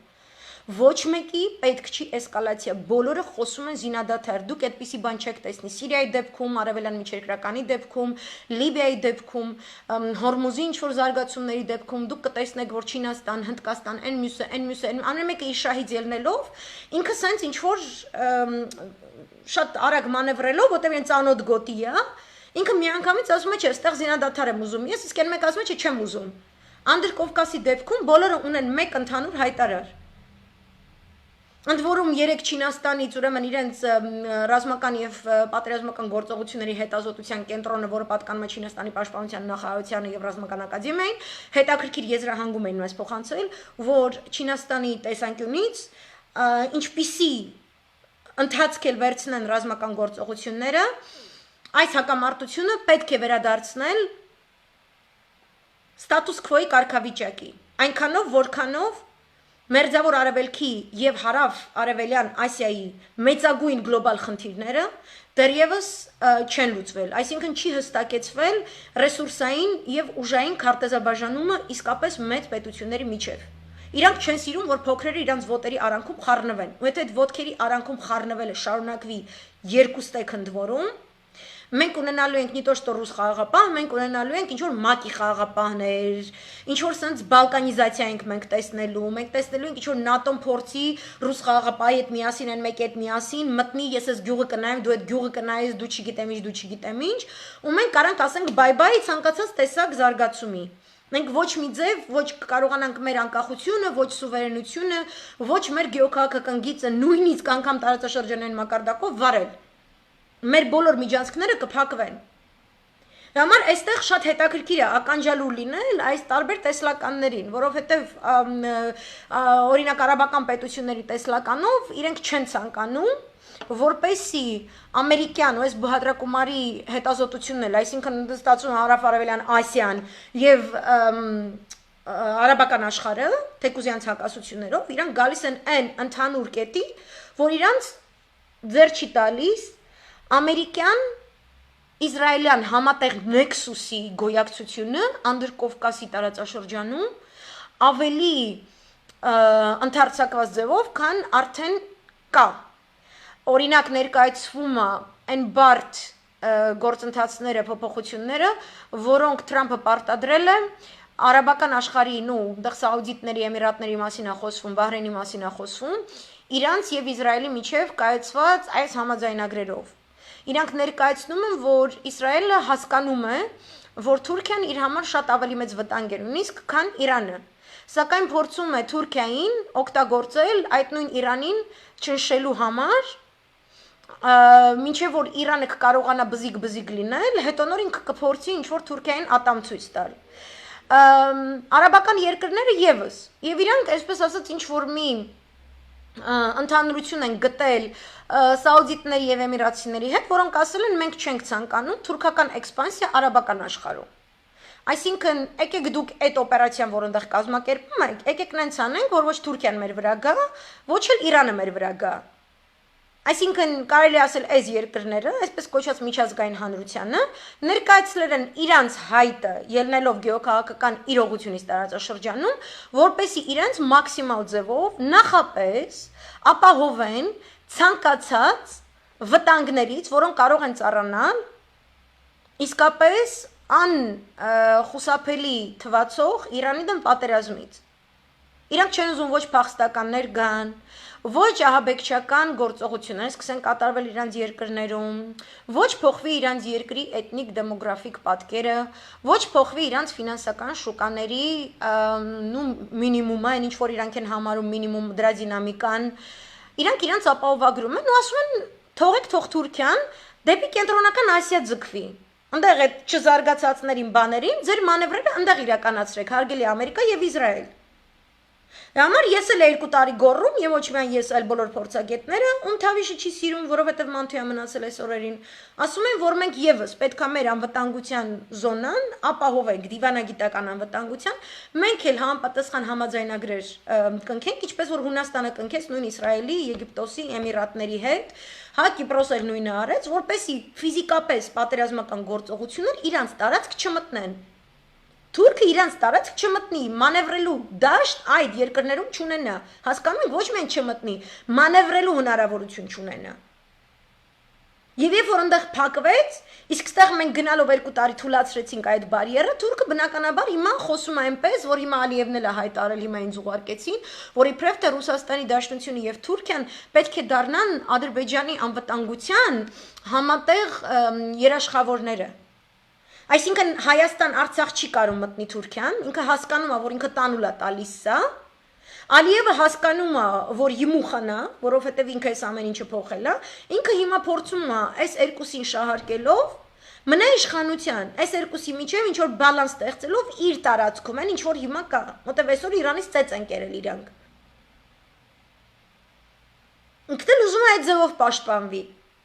բայց Ռուսաստանի Դաշնությունը, ԱՄՆ, Ֆրանսիան, ՆԱՏՕ-ն, ՄԱԿ-ի անվտանգության խորհուրդը մյուսը ամենևին չեն ցանկանում Թուրքիայի ներկայությունը Անդրկովկասում, Հնդկաստանը եւ Չինաստանը, որ իրար հետ ունեն տարաձայնություններ, չեն ցանկանում տեսնել Թուրքիայի ներկայություն Անդրկովկասում։ Իրենք ասում են, սա հովանավորվում է ԱՄՆ Իսրայելյան Նեքսուսի կողմից, ԱՄՆ-ն ներկայացնում է իր դիվանագիտական եւ անուղղակի ռազմական ստրատեգիական գործոնը, այսինքն իր այդ ՉՊԿ-ների շնորհիվ ինքը գալիս է ինչ-որ ռազմավարություններ է մշակում, որի ընթացքում ասենք Խուջուջը հայտնվում է Ղարաբաղի գենշտաբում, սկսում ինչ-որ եզություններ անել, դա դրա հետևանք է, իսկ Իսրայելը իրականացնում է որոշակի հետախուզական պլացդարմ ստեղծելու գործունեություն, Եվ շատ հետաքրքիր էր, որ այս Իսրայելի մտնելը Անդրկովկաս ներկայացնում է այս հնդիկ դիվանագետը, որպես հոմանիշ ինքը բերում, ասենք, շտապօգնության հետևից գնացող, հա, պրոբկայից, այս խցանումից դուս եկած, մեկը տեսնում է շտապօգնություն է գնում է, ճանապարհը բացել, ինքն էլ հետևից գնում է։ Ուղղակի ասում այնքան հետաքրքիր է, որ մեզ թվում է, որ Ամերիկան է այս ամեն ինչի ճանապարհը բացում, իրականում սա ավելի շատ ոնց որ Ամերիկան է Իսրայելի ձեռքում օգտագործում Անդրկովկասի պայմաններում, որտեղ թիվ 1 շահագրգռվածությունը Իրանին ինչ որ կոնտրոլ տակ դնելու, դա պատկանում է Իսրայելին, ծառայում է Իսրայելի շահերին։ Ու Իսրայելը այդ ձևով գալիս է հաստատվում, ասում է, բերում է ամերիկան գունավոր հեղափոխություն Վրաստանում, հոպ, հայտնվում է Իսրայելը, ռազմական նոր գործարքներ այս կողմ այն կողմ։ Հայտնվում է Ամերիկայի Միացյալ Նահանգները Բրիտանիայի հետ միասին նավթային գազային սեկտորում, Ադրբեջանի, հոպ, հայտնվում է Իսրայելը, սկսում է ռազմական կոնտրակտներ, ընդ որում ռազմական եւ հետախուզականը միևնույն ժամանակ։ Այսինքն մնացել էր Հայաստանը։ Եվ Հայաստանի կողմից Իսրայելի հետ ուղիղ դիվանագիտական կապերի, ամբողջական դիվանագիտական կապերի հաստատումը եւս այս հետաքրքիր տարաձայնություններ ունեցող Հնդկաստան, Չինաստան այս տանդեմի կողմից համարվում է բացասական կետ, որովհետեւ ինքը հրահրում է Իրանին, հա, ինքը ասենց պրովոկացիայի է ենթարկում Իրանին, որովհետեւ այդ միակ գիծն է, որտեղ Իսրայելը չի կարող հետախուզական բազա ունենալ։ Եվ իրանց ընկալմամբ ցանկացած Իսրայել դեսպանատուն դա հետախուզական պլացդարմ է, այսինքն դու 3 երկրներում էլ այսինքն ԱՄՆ-ի մեջ քո օգտագործելով գալիս դնում ես քո ռազմական հետախուզական գործողությունների օպերատիվ պլացդարմը, դու դրանով ավելի ես սկսում վտանգել տարածաշրջանի բալանսը, այսինքն միջազգային կարգ ու կանոնի տեսանկյունից դու նպաստում ես քաոսի մեծացմանը, դու ցույց չես տալիս որևէ, այսպես ասած, օքսիգեն, ինչպես է, թթվածնի տեղ չես թողնում, որպես այդ միջազգային հանրությունը ինքը կարողանա նստի դիվանագիտական լուծումների գալ, որոնք մի շաբաթվա, երկու շաբաթվա, 3 ամսվա բան չի, այդ պետք է անդադ բանակցվի։ Այսինքն օրինակ 2015 թվականի Իրանի հետ միջուկային համաձայնագիր ինքը շատ երկար տարիների արդյունք է եղել, երկար տարիների համատեղ աշխատանքի, շատ մեծ տերությունների միջև։ Ու իրանք չեն ցանկանում, որ ԱՄՆ եւ Իսրայելը այս ձևով մի կողմից թողնեն, որպեսի Թուրքիան մանևրի տարածաշրջանում, բզբզա Ռուսաստանին եւ այլն, մյուս կողմից էլ սկսի արդեն իսկապես մարտական գործողությունների բեմ բացել Իրանի թեկուզ հյուսիսում լինի, թեկուզ չգիտեմ ինչ, այն ինչ որ հարավում կարա լինի, իր հարավ-արևմուտքից, Իրաքի կողմից, այդտեղ այդ միջազգային այս նշածս պետությունները, արաբական պետություններ, հարավ-արևելյան Ասիա, իրանք գիտեն ինչպես իրանց պահեն։ Որտեւ իրանց պետք է այս մետաքսյա ճանապարհի օպերատիվությունը, եթե դու ստե պատերազմ ես սկսում, իրանց GDP-ն, իրանց փողը բրծնում է, իրանց ամբողջ, ինչա Շոյգու провел переговоры по телефону с главами оборонных ведомств Армении и Азербайджана, обсуждалась текущая ситуация в Нагорном Карабахе. Ну да, это շատ լավ է։ Այդ շատ լավ է։ Ու փաստորեն բոլոր այս պետությունները, քանի որ գալիս են զինադադարի եզրահանգմանը, այստեղ մենք տեսնելու ենք շատ ավելի խիստ, քանի որ սրա ծավալը, այս ռազմական գործողությունների ծավալը, վտանգավորության աստիճանը իսկապես աննախադեպ էր, մենք տեսնելու ենք շատ ավելի մեծ ուշադրությամբ այդ պետությունների կողմից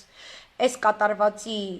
քննությունը, դա լինի ՄԱԿ-ում, ՆԱՏՕ-ում, ՀԱՊԿ-ում, ԵԱՀԿ-ում եւ այլն, ամեն ինչ, ամեն փաստարկ ինքը sense просто յուվելիրն այս խոշորացույցով այսպես մտնելու են մեջը։ Սա այն հատվածն Անդրկովկաս, որտեղ մետաքսյա մեծ ճանապարհի ցամաքային ուղին գալիս հասնում է իր Եվրոպային միանալու կետին։ Այդտեղ իրանք չեն ցանկանում ոչ միայն քաոս, իրանք չեն ցանկանում, որպեսի ինչ որ մի պետություն, Թուրքիան չի ասենք, единолично իր որակով ասենք իր ասացի մշակութային, ինքը իրան տես դրել է մշակութային ասպետի տեղ Թուրքիան, իր սուննիտական մայրաքաղաքը, բան Ստամբուլ, Այա Սոֆիայում մզկիթ Նամազեսյանյան, ինքը դառնա the receiving point of the Silk Road, ինքը չի կարողանալու դա իրականացնել։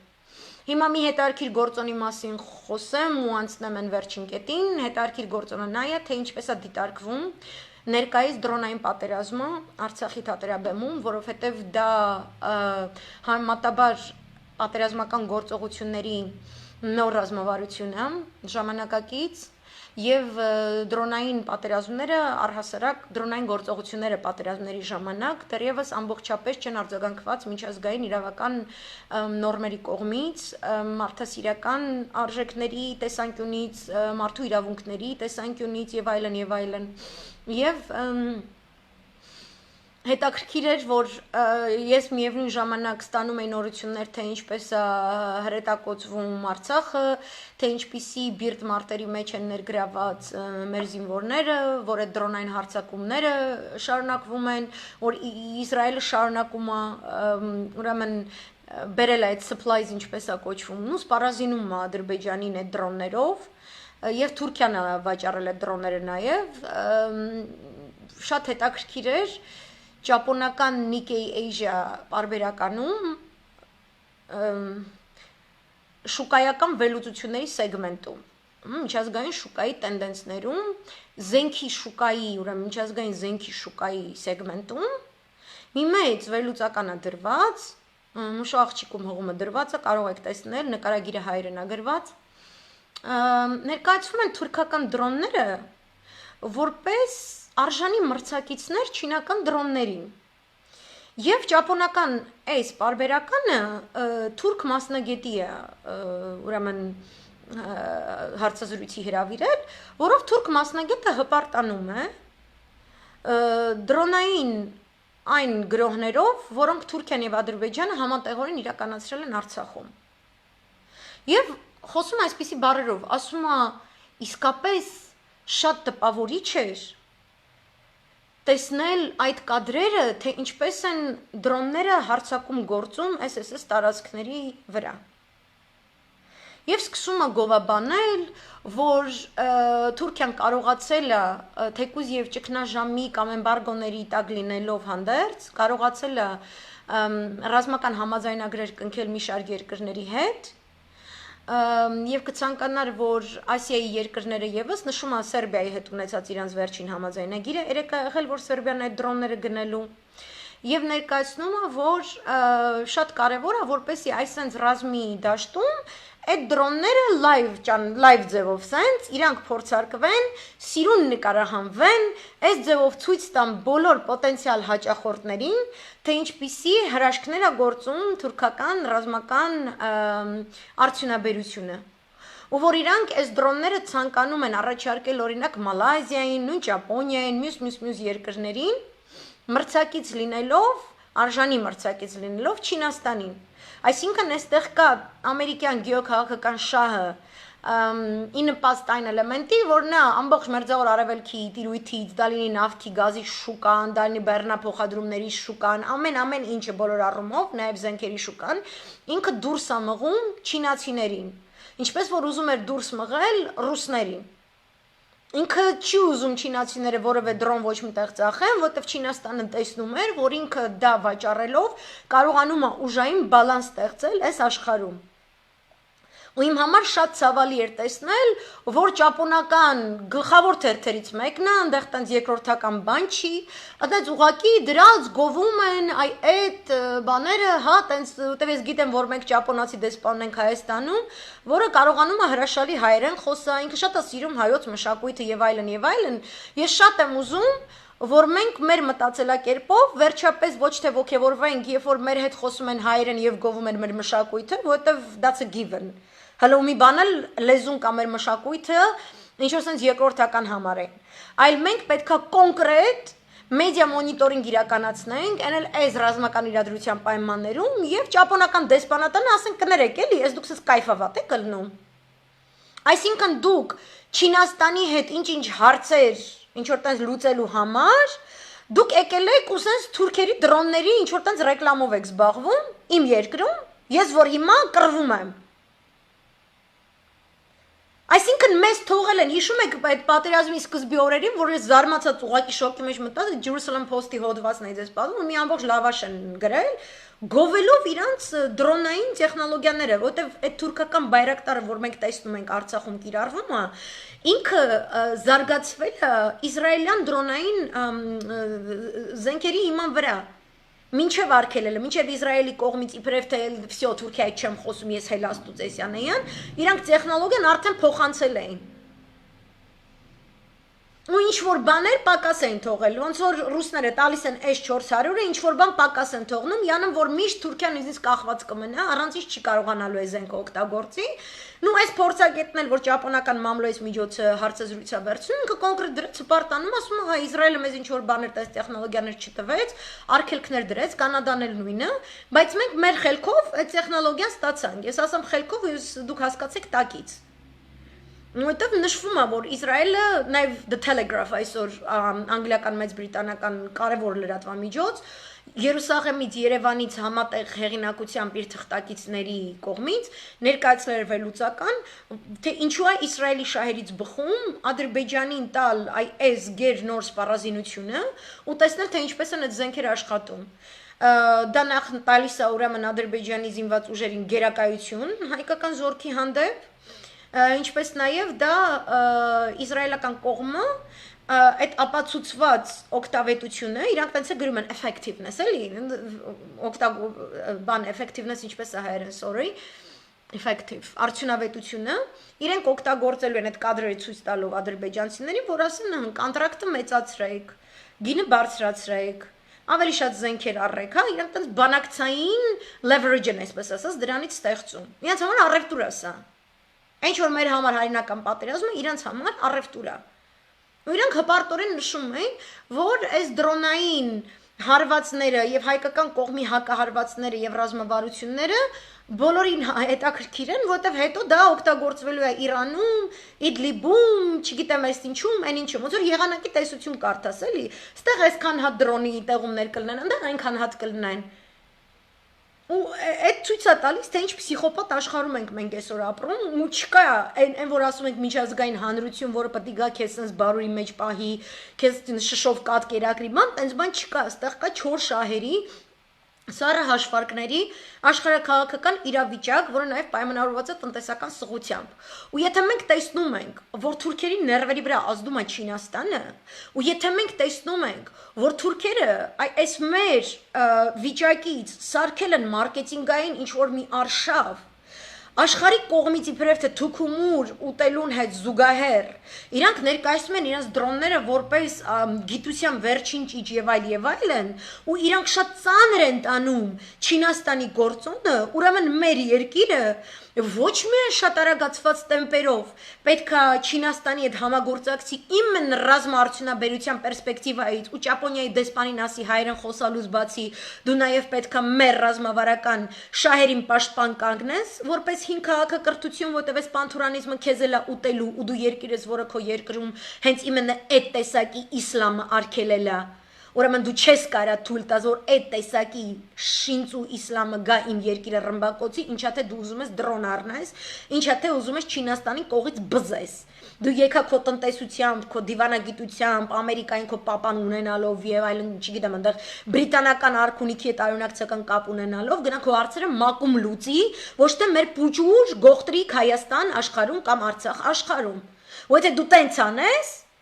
Ոչ միայն մեր չինական դեսպանատունը Չինաստանի Հայաստանում ոչ միայն կընթարցակվի, այլ կընթարցակվի քո դեսպանատան նվազման հաշվին։ Մենք պետքա հասկանանք, որ երկրներն են, որ պահին մեր ռազմավարական շահերին աներկբա աջակցություն ցուցաբերում, ոչ թե ճիշտ մարդասիրական ինչ-որ բանաձևով բան, no։ Դու ինձ հարգի գոնե այս օրերին նեյտրալություն ու ոչ մի թուրքական դրոնի ռեկլամ ես քո թերթերում չտնեմ, ախպեր, էսի չես անում։ Շատ է որ Ճապոնիայում քիչ հայեր կան, կարտոլ քիսու չկա լինի փողոց փագի։ Հետո Ճապոնիայի դեսպանատան դեմի փողոցը փագի, կասեք ես ինչ է գրում ախպեր, ես դու կայֆ եք ստանում ես դրոններից։ Որտեվ դրա հետևում ռազմավարություն է։ Դրա հետևում այդ արևմտյան այդ էլեմենտներն է, որը տեսեք Ճապոնիան որտեղ նստած, ոտատեղ անում Անդրկովկաս, որտեղ ինքը հասկանում է, եթե մերձավոր արևելքի այս բոլոր շաղախումներում պետքա խաղի կանոններ փոխվեն ու մի կտոր հողել է դրան ավելանում, ինքը պետքա այնտեղ հասկանա ինչ է կատարվում, որտեղ մետաքսե ճանապարհի հետ կապված ինքն էլ որոշակի ներդրումներ ունի, ինքն էլ հարաբերությունների տեսլականներ Ռուսաստանի Դաշնության հետ Ինքն էլ այն խեղտող օղակի շղթաներից մեկը, որը վաղը մյուս օր, եթե Ռուսաստանը աստված չարի ներսից թուլացավ, վերեմ վայրահաչելու է։ Այսա պետք է նկատի ունենալ։ Այն մյուս էլեմենտը, որ ուզում էի խոսալ, շատ հետաքրքիր, էլի վերլուծականը դրված է մեջում, նաև որ վերջապես ռուս հասարակության մեջ հասցեագրվեց այն խնդիրը, ինքը սահմանվեց այն խնդիրը, որ այն դեպքում, երբ որ մենք ունենք, սպասիբա Արմինա ջան, ես էլ շատ շնորհակալ եմ, որ լսում եք Խորը խնդիր կա, որ Ռուսաստանի Դաշնությունում իսկապես էլիտաների մակարդակով, այսինքն մուֆտիների մակարդակով, նույն Կադիրովի մակարդակով, Կադիրովը այսօր շատ հետաքրքիր հայտարարություն է արել դիմելով Հյուսիսային Կովկասի ժողովուրդներին, այսինքն ինքը ոչ թե հանդես է գալիս հակաթուրքական օրակարգով, ինքը հանդես է գալիս պրո-իսլամի օրակարգով, այսինքն իրական իսլամը ինքը քրիստոնյա չի մորթում, իրական իսլամը քրիստոնյա հայի հետևից չի ընկնում ու թաթարները լինեն, Հյուսիսային Կովկասի ժողովուրդը լինի, Մոսկվայի էլիտան լինի դա հոգևոր էլիտա, թե առևտրային էլիտա, բոլորը գտնվում են նույն էջում այն փաստարկի կապակցությամբ, որ իրենք չեն ցանկանում այս հակամարտության ընթարցակում, ծավալում եւ ներթափանցում Ռուսաստանի Դաշնության ներս, որտեղ օտար ուժերի ներգործությամբ իրար կբախվեն ոչ միայն քրիստոնյան մուսուլմանի հետ, այլ առաջին հերթին դանակի տակ կգնային այն իսլամական հասարակությունները, որոնք չեն ընդունում ոչ սաուդիտների, ոչ թուրքերի այդ կեղծ օրակարգները, այսինքն վահաբիստական մուսուլման եղբայրների այս գաղափարախոսությունը իրական իսլամը ինքը սպանություն չի քարոզում իրենք չեն ցանկանում, որ իրենց հասարակությունները, որոնք տեսել են 90-ականներ, նորից կուլ գնան այս ամեն ինչին, երբ որ օրինակ Չեչնիայի գյուղերում ինչ որ մարդիկ, որ այսպես ընդդիմություն էին, դիմադրություն էին ցույց տալիս նոր եկած այդ շարիայի շեյխերին Սաուդիայից, չգիտեմ ինչից, այտենց փաթաթած այս կոմենկոմ, իրանց ուղղակի հանրայնորեն պատժում էին, գլխատում էին, կտանքների են ենթարկում ամբողջ գյուղերի ստիպելով, որ իրանք կանգնեն, դիտեն միջնադարի պես, հասկանում եք, առաջինը իրանց այդ մասային են իրանք սպանում։ Ու նշվում է, որ վերջապես Ռուսաստանի Դաշնությունը տեսնում է, որ հա, օքեյ, մուֆտիների մակարդակով, էլիտաների մակարդակով հրաշալի են հարաբերությունները, հա, interreligious միջկրոնական կապերի, միջէլիտար կապերի առումով այնտեղ չկան բախումներ, ինչով եւ պայմանավորված էր, որ այսօր, ասենք ինչ որ ստատուսներ, մեր ինչ որ ազգությամբ high celebrity-ների իրենք փոխվեցին, հա, աստղերի, որտեվ իրենք ասում են մենք խաղաղություն ենք ուզում, այսինքն զինադադար, այսինքն դա չլինի էթնիկ կրոնական հողի վրա մեծ բախումներ, որովհետև դա Ռուսաստանը ուղղակի կփլուզի։ Եվ Ռուսաստանի փլուզումը մեզ ոչ մի փրկություն, ոչ բան չի բերելու մեզ, դա հենց ավելի վատ է լինելու, շուն դիրոջ չի ճանաչելու։ Ու մենք կրկնում ենք, ընդամենը 3 միլիոն ենք։ Բայց ասում է, իրենք կանխորոշել են, որ եթե էլիտաների դեպքում ենք տենց ունենք այտենց համալրված այսենց սերտաճած կուռ իրար ընդունող մասը, ապա մենք տեսնում ենք, որ ընդհանուր հասարակության շերտերում, ավելի ցածր շերտերում Ադրբեջանը իրականացրել է Թուրքիայի հետ միասին նպատակաուղղված քարոզչություն տարբեր մսկիթների, տարբեր տարածաշրջաններում ինչ որ sense տարօրինակ կերպարներ ներդնելու, հա, քնած բջիջներ, այսպես ասած, սպյաշիե, այս ինստիտուտները ստեղծելով, որոնք եւ հանդիսանում են այն հիմնական կետերը, որտեղից նույնիսկ վերբովկա է կատարվել իգիլականների, որոնք գնացել են Սիրիա, ինչ որ փորձ են ձեռք բերել, հիմա ուզում են վերադառնալ Ռուսաստան եւ այլն։ Առաջ ասում եմ, մինչեւ հիմա այս էլեմենտը չի հասցեագրվել մամլո միջոցների կողմից, չի խոսվել դրա մասին, այսինքն մենք տեսնում ենք ցավով տառապանքով մեր այս պատերազմը տեսնում ենք, բայց հենց այս պատերազմը Ռուսաստանի դեմքին ուղղակի բաց ձևով ցույց տվեց իր շատ մեծ բաց թողումները, որ դու ստեղ աշխատում ես էլիտայի մակարդակով, իսկ դու ստեղ չես աշխատում, դու ասում ես իմ երկրում իգիլը որպես այդպեսին արգելված է, բայց միևնույն ժամանակ ես տեսնում եմ, որ թուրք գեներալ ռազմական խորհրդական Էրդողանի համար ինքը ուղղակի դավանաբանական, ընդ որում ռազմական մտածողությամբ, հա, գրում է the conquest, այտենց բան կա, Islamic conquest, ջիհադը այլ մեկնաբանմամբ, որ այտենց ռազմաշունչ քարոզչությամբ ինքը ներթափանցել է քո հասարակություններ, ամբողջ հարավ-արևելյան Սիբիրն էլ հետը միասին, որ ինքը կարա տենց գրի, որ ես այսօր երբ ուզեմ 25 միլիոն մուսուլման կարամ հանեմ քո դեմ, ես կարամ հանեմ Մոսկվայի դեմ, ես կարամ այդտեղ ամբողջովին հավատափոխություն բերեմ, ու այս հավատափոխության մասսայական հավատափոխության կոնցեպտը ինքը ամենաշատ վաճառվող պրոպագանդան է Թուրքիայում եւ թրքամետ հասարակությունների շրջանակներում, որտեղ էլ իրանք ապրելու ցելն են Եվրոպայում, թե հարավ-արևելյան Ասիայում։ Դրա համար նաեւ էդ էլ է էլեմենտներից մեկը, որ Չինաստանը եւ Հնդկաստանը չեն ցանկանում, որ այս երևույթը առհասարակ ընդարձակվի եւ ծավալվի։ Դա լինելու է ճակատամարտ բոլոր ճակատներով, բոլորի միջև անկանխատեսելի հետևանքներով ուղղակի։ Եվ էդ էլ է շատ հետաքրքիր գործոն, այսինքն ստեղ պետք է հասկանալ, հատկապես եթե Սփյուռքից եք դուք լսում, ուրեմն այն ինչ որ իսլամական բախում է դիտարկվում որպես ռուսական հասարակության ներսում, ինքը իր բովանդակային եւ գործառական առումով արմատականորեն տարբեր է այն կարծրատիպերից, որոնց շրջանակներում նման հակամարտություններ տեղի են ունենում մերձավոր արևելքում։ Ու հետևանքներն էլ են միանգամայն այլ կատեգորիաների, այնպես որ դուք Ռուսաստանի հայտարարությունների տողատակերը հասկացեք իրանց տեսլականը, հասկացեք ինչու են իրանք խոսում խաղաղության տեսանկյունից, եւ որ պաշտոնապես իրենք չեն կարող ներքաշվել պատերազմի մեջ, բայց թիվ 1 երկիրն է եւ միակ երկիրը, որը ոչ պաշտոնական ալիքներով ոչ միայն ուղարկում է պահանջված զինատեսակներ Հայաստանին ոչ միայն ձիրի եւ այս օրերին շատ ինքնաթիռներով ուղարկել է, այլ նաեւ տրամադրում է լոգիստիկ անփոխարինելի հնարավորություններ մեր բանակին, որոնք այնպիսի գործողություններ են օպերատիվ բնույթի, որոնց մասին դուք չեք կարդա ոչ ձեր CNN-ում, ոչ ձեր BBC-ում եւ փառք Աստծո, որ չեք կարդա։ Ու այ հենց այդ անընթերցելիությունն է,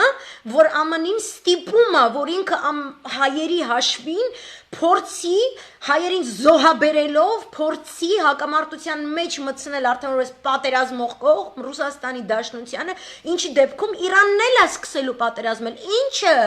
առիթ կտա, որպեսզի Ամերիկայի Միացյալ Նահանգները ուղղակիորեն ռազմական գործողություններ սկսեն ձևավորել արդեն բուն Իրանի տարածքում, կրկնում եմ, օգտագործելով ամբողջ Անդրկովկասը որպես ռազմական, հետախուզական, բացառապես իրենց պատկանող եւ ենթարկվող Պլացդարմում զետեղված երկիրը չի կարող ունենալ ոչ միայն անկախություն սուվերենություն, այլ դուք կմոռանաք որևէ կարգի զարգացման գործընթացների մասին, ընդհանուր մինչև վարչապետի ասած 2050 թվականը։ Դուք պատրաստ եք 3 սերունդ զոհաբերել այս գործընթացներում։ Դուք կարող եք երաշխիք տալ, որ ժողովրդագրական պատկերը այդ կոշմարից հետո լինելու է հայկական եւ հայեցի մտածելակերպով, որովհետեւ այն թուրքական ծրագիրը, որը իրականացվում է ամերիկյան լուր կանաչ լույսով, ինքը չի ենթադրում հայերի գոյաբանական գործոնի արկայությունը տարածաշրջանում։ Ինչպես որ եւ անցյալ դարում էլ չէր ենթադրում, ինչի հետևանքով մենք բնաջնջվեցինք։ Այս սրանք են տողատակերը։ Եվ սա է ռեալ պոլիտիկա, սա է, get me վրա սա է, ուրիշ բան չկա։ Այդ իսկ պատճառով մենք գնում ենք այնպիսի գործընթացներով, տեսեք, Շոյգուն խոսել է երկու երկրների պաշտպանության նախարարների հետ, գերատեսչությունների հետ, ԵԱՀԿ համանախագահողները հապճեպագույնս այսօր որոշում են կայացրել, որ իրենք հավաքվելու են, այսինքն դա մեսիջը Թուրքիային, որ սա է միակ ֆորմատը, որտեղ մենք լուծելու ենք այս հակամարտությունը։ Ընդ որում Չինաստանն էլ, Հնդկաստանն էլ, Իրանն էլ, Եվրոմիությունն էլ, Ամերիկայի Միացյալ Նահանգներն էլ, Ռուսաստանի Դաշնությունն էլ ասում են, որ միմիայն խաղաղ ճանապարհով կարող է լուծվել այս հակամարտությունը։ Միակ երկրները, որ ասում են, որ պետք է ուժով լինի այս միջամտությունը, դա Թուրքիան եւ Ադրբեջանն է։ Գործոն, որը մենք պետք է մեր ամբողջ ներուժով միաբանված ձևով օգտագործենք այդ պետությունների դեմ, որպես իրենց գործելակերպի գլխավոր հանցավոր տարր։ Այդ ձևով մենք պետք է դա բերենք։ Եվ ուրեմն վաղը Ժնևում ԵԱՀԿ Մինսկի խմբի 3 համանախագահողները կազմակերպել են համաժողով հակամարտության մասին, որտեղ ներկա է լինելու ադրբեջանական կողմը, իսկ հետո հոկտեմբերի 12-ին արդեն լինելու է հանդիպում կարծեմ Փարիզում, եթե չեմ սխալվում, հայկական կողմի հետ։ Միևնույն ժամանակ այսօր ուրեմն Ալիևը Պուտինի հետ խոսել է, առաջին անգամ լինելով այս ամբողջ ընթացքում, եւ դա շատ ճիշտ ճանապարհ է, եւ մենք կունենանք լոկալիզացված արդեն միայն հակամարտություն, մենք կունենանք զինադադար, հաշվի առնելով երկու կողմերի ճշգրիտ փաստարկված վարքագիծը այս ամբողջ ընթացքում բոլոր միջազգային նորմատիվ ակտերի, պրոտոկոլների շրջանակներում։ Այսքանը, սա է ճանապարհաքարտեզը, եթե ինչ-որ մեկ ինչ-որ բան դուր չի գալիս, այդ պրետենզիաները ոչ թե ինձ, այդպիսին է իրադրությունը։ Եվ հա, խստագույնս պատժվելու են երկու կողմից այն բոլոր անձինք, ովքեր իսկապես քաղաքական անձնական նկրտումներից ելնելով մղեցին երկու երկրների ազգաբնակչություններին իրար հետ ծայրահեղ այս ծայրագույն ռադիկալ ճանապարհով ճակերտավոր խոսելու քաղաքականության գիրկը, որովհետև այդ երևույթները դուք չեք կարող թաքցնել միջազգային հանրությունից, ինչքան էլ բարձր գոռակ։ Էդ էլ է դատաբանվել։ Այն նրանց ահաբեկիչ բերել թմրադուղ բերես կոմենտ, այդ սաղ։ Բայց այս էլեմենտները հաշվի են առնվելու։ Մենք պետք է ամբողջովին պատասխանատվություն կրենք այդ բոլոր քայլերի համար։ Այսքանը, շատ մերսի, որ լսեցիք, շատ շնորհակալ եմ, հուսամ հետաքրքիր էր, ես ձեզ մաղթում եմ լավ գիշեր, ով որ Արցախում է, ով որ ճակատում է, ես ձեզ մաղթում եմ խաղաղ գիշեր, ով որ հարազատ ունի, ով որ ինձ մարդիկ են գրում, ասում են իմ գանձս ընդեղ է, ես ուզում եմ ձեր գանձերը տենց գանձի պես էլ վերադառնան եւ իրանց մազին ծերին դաժե ինչ որ մի բան չկատարվի։ Մերսի ձեզ ու բարի գիշեր, խաղաղ երկինք բոլորիս, հաջողություն։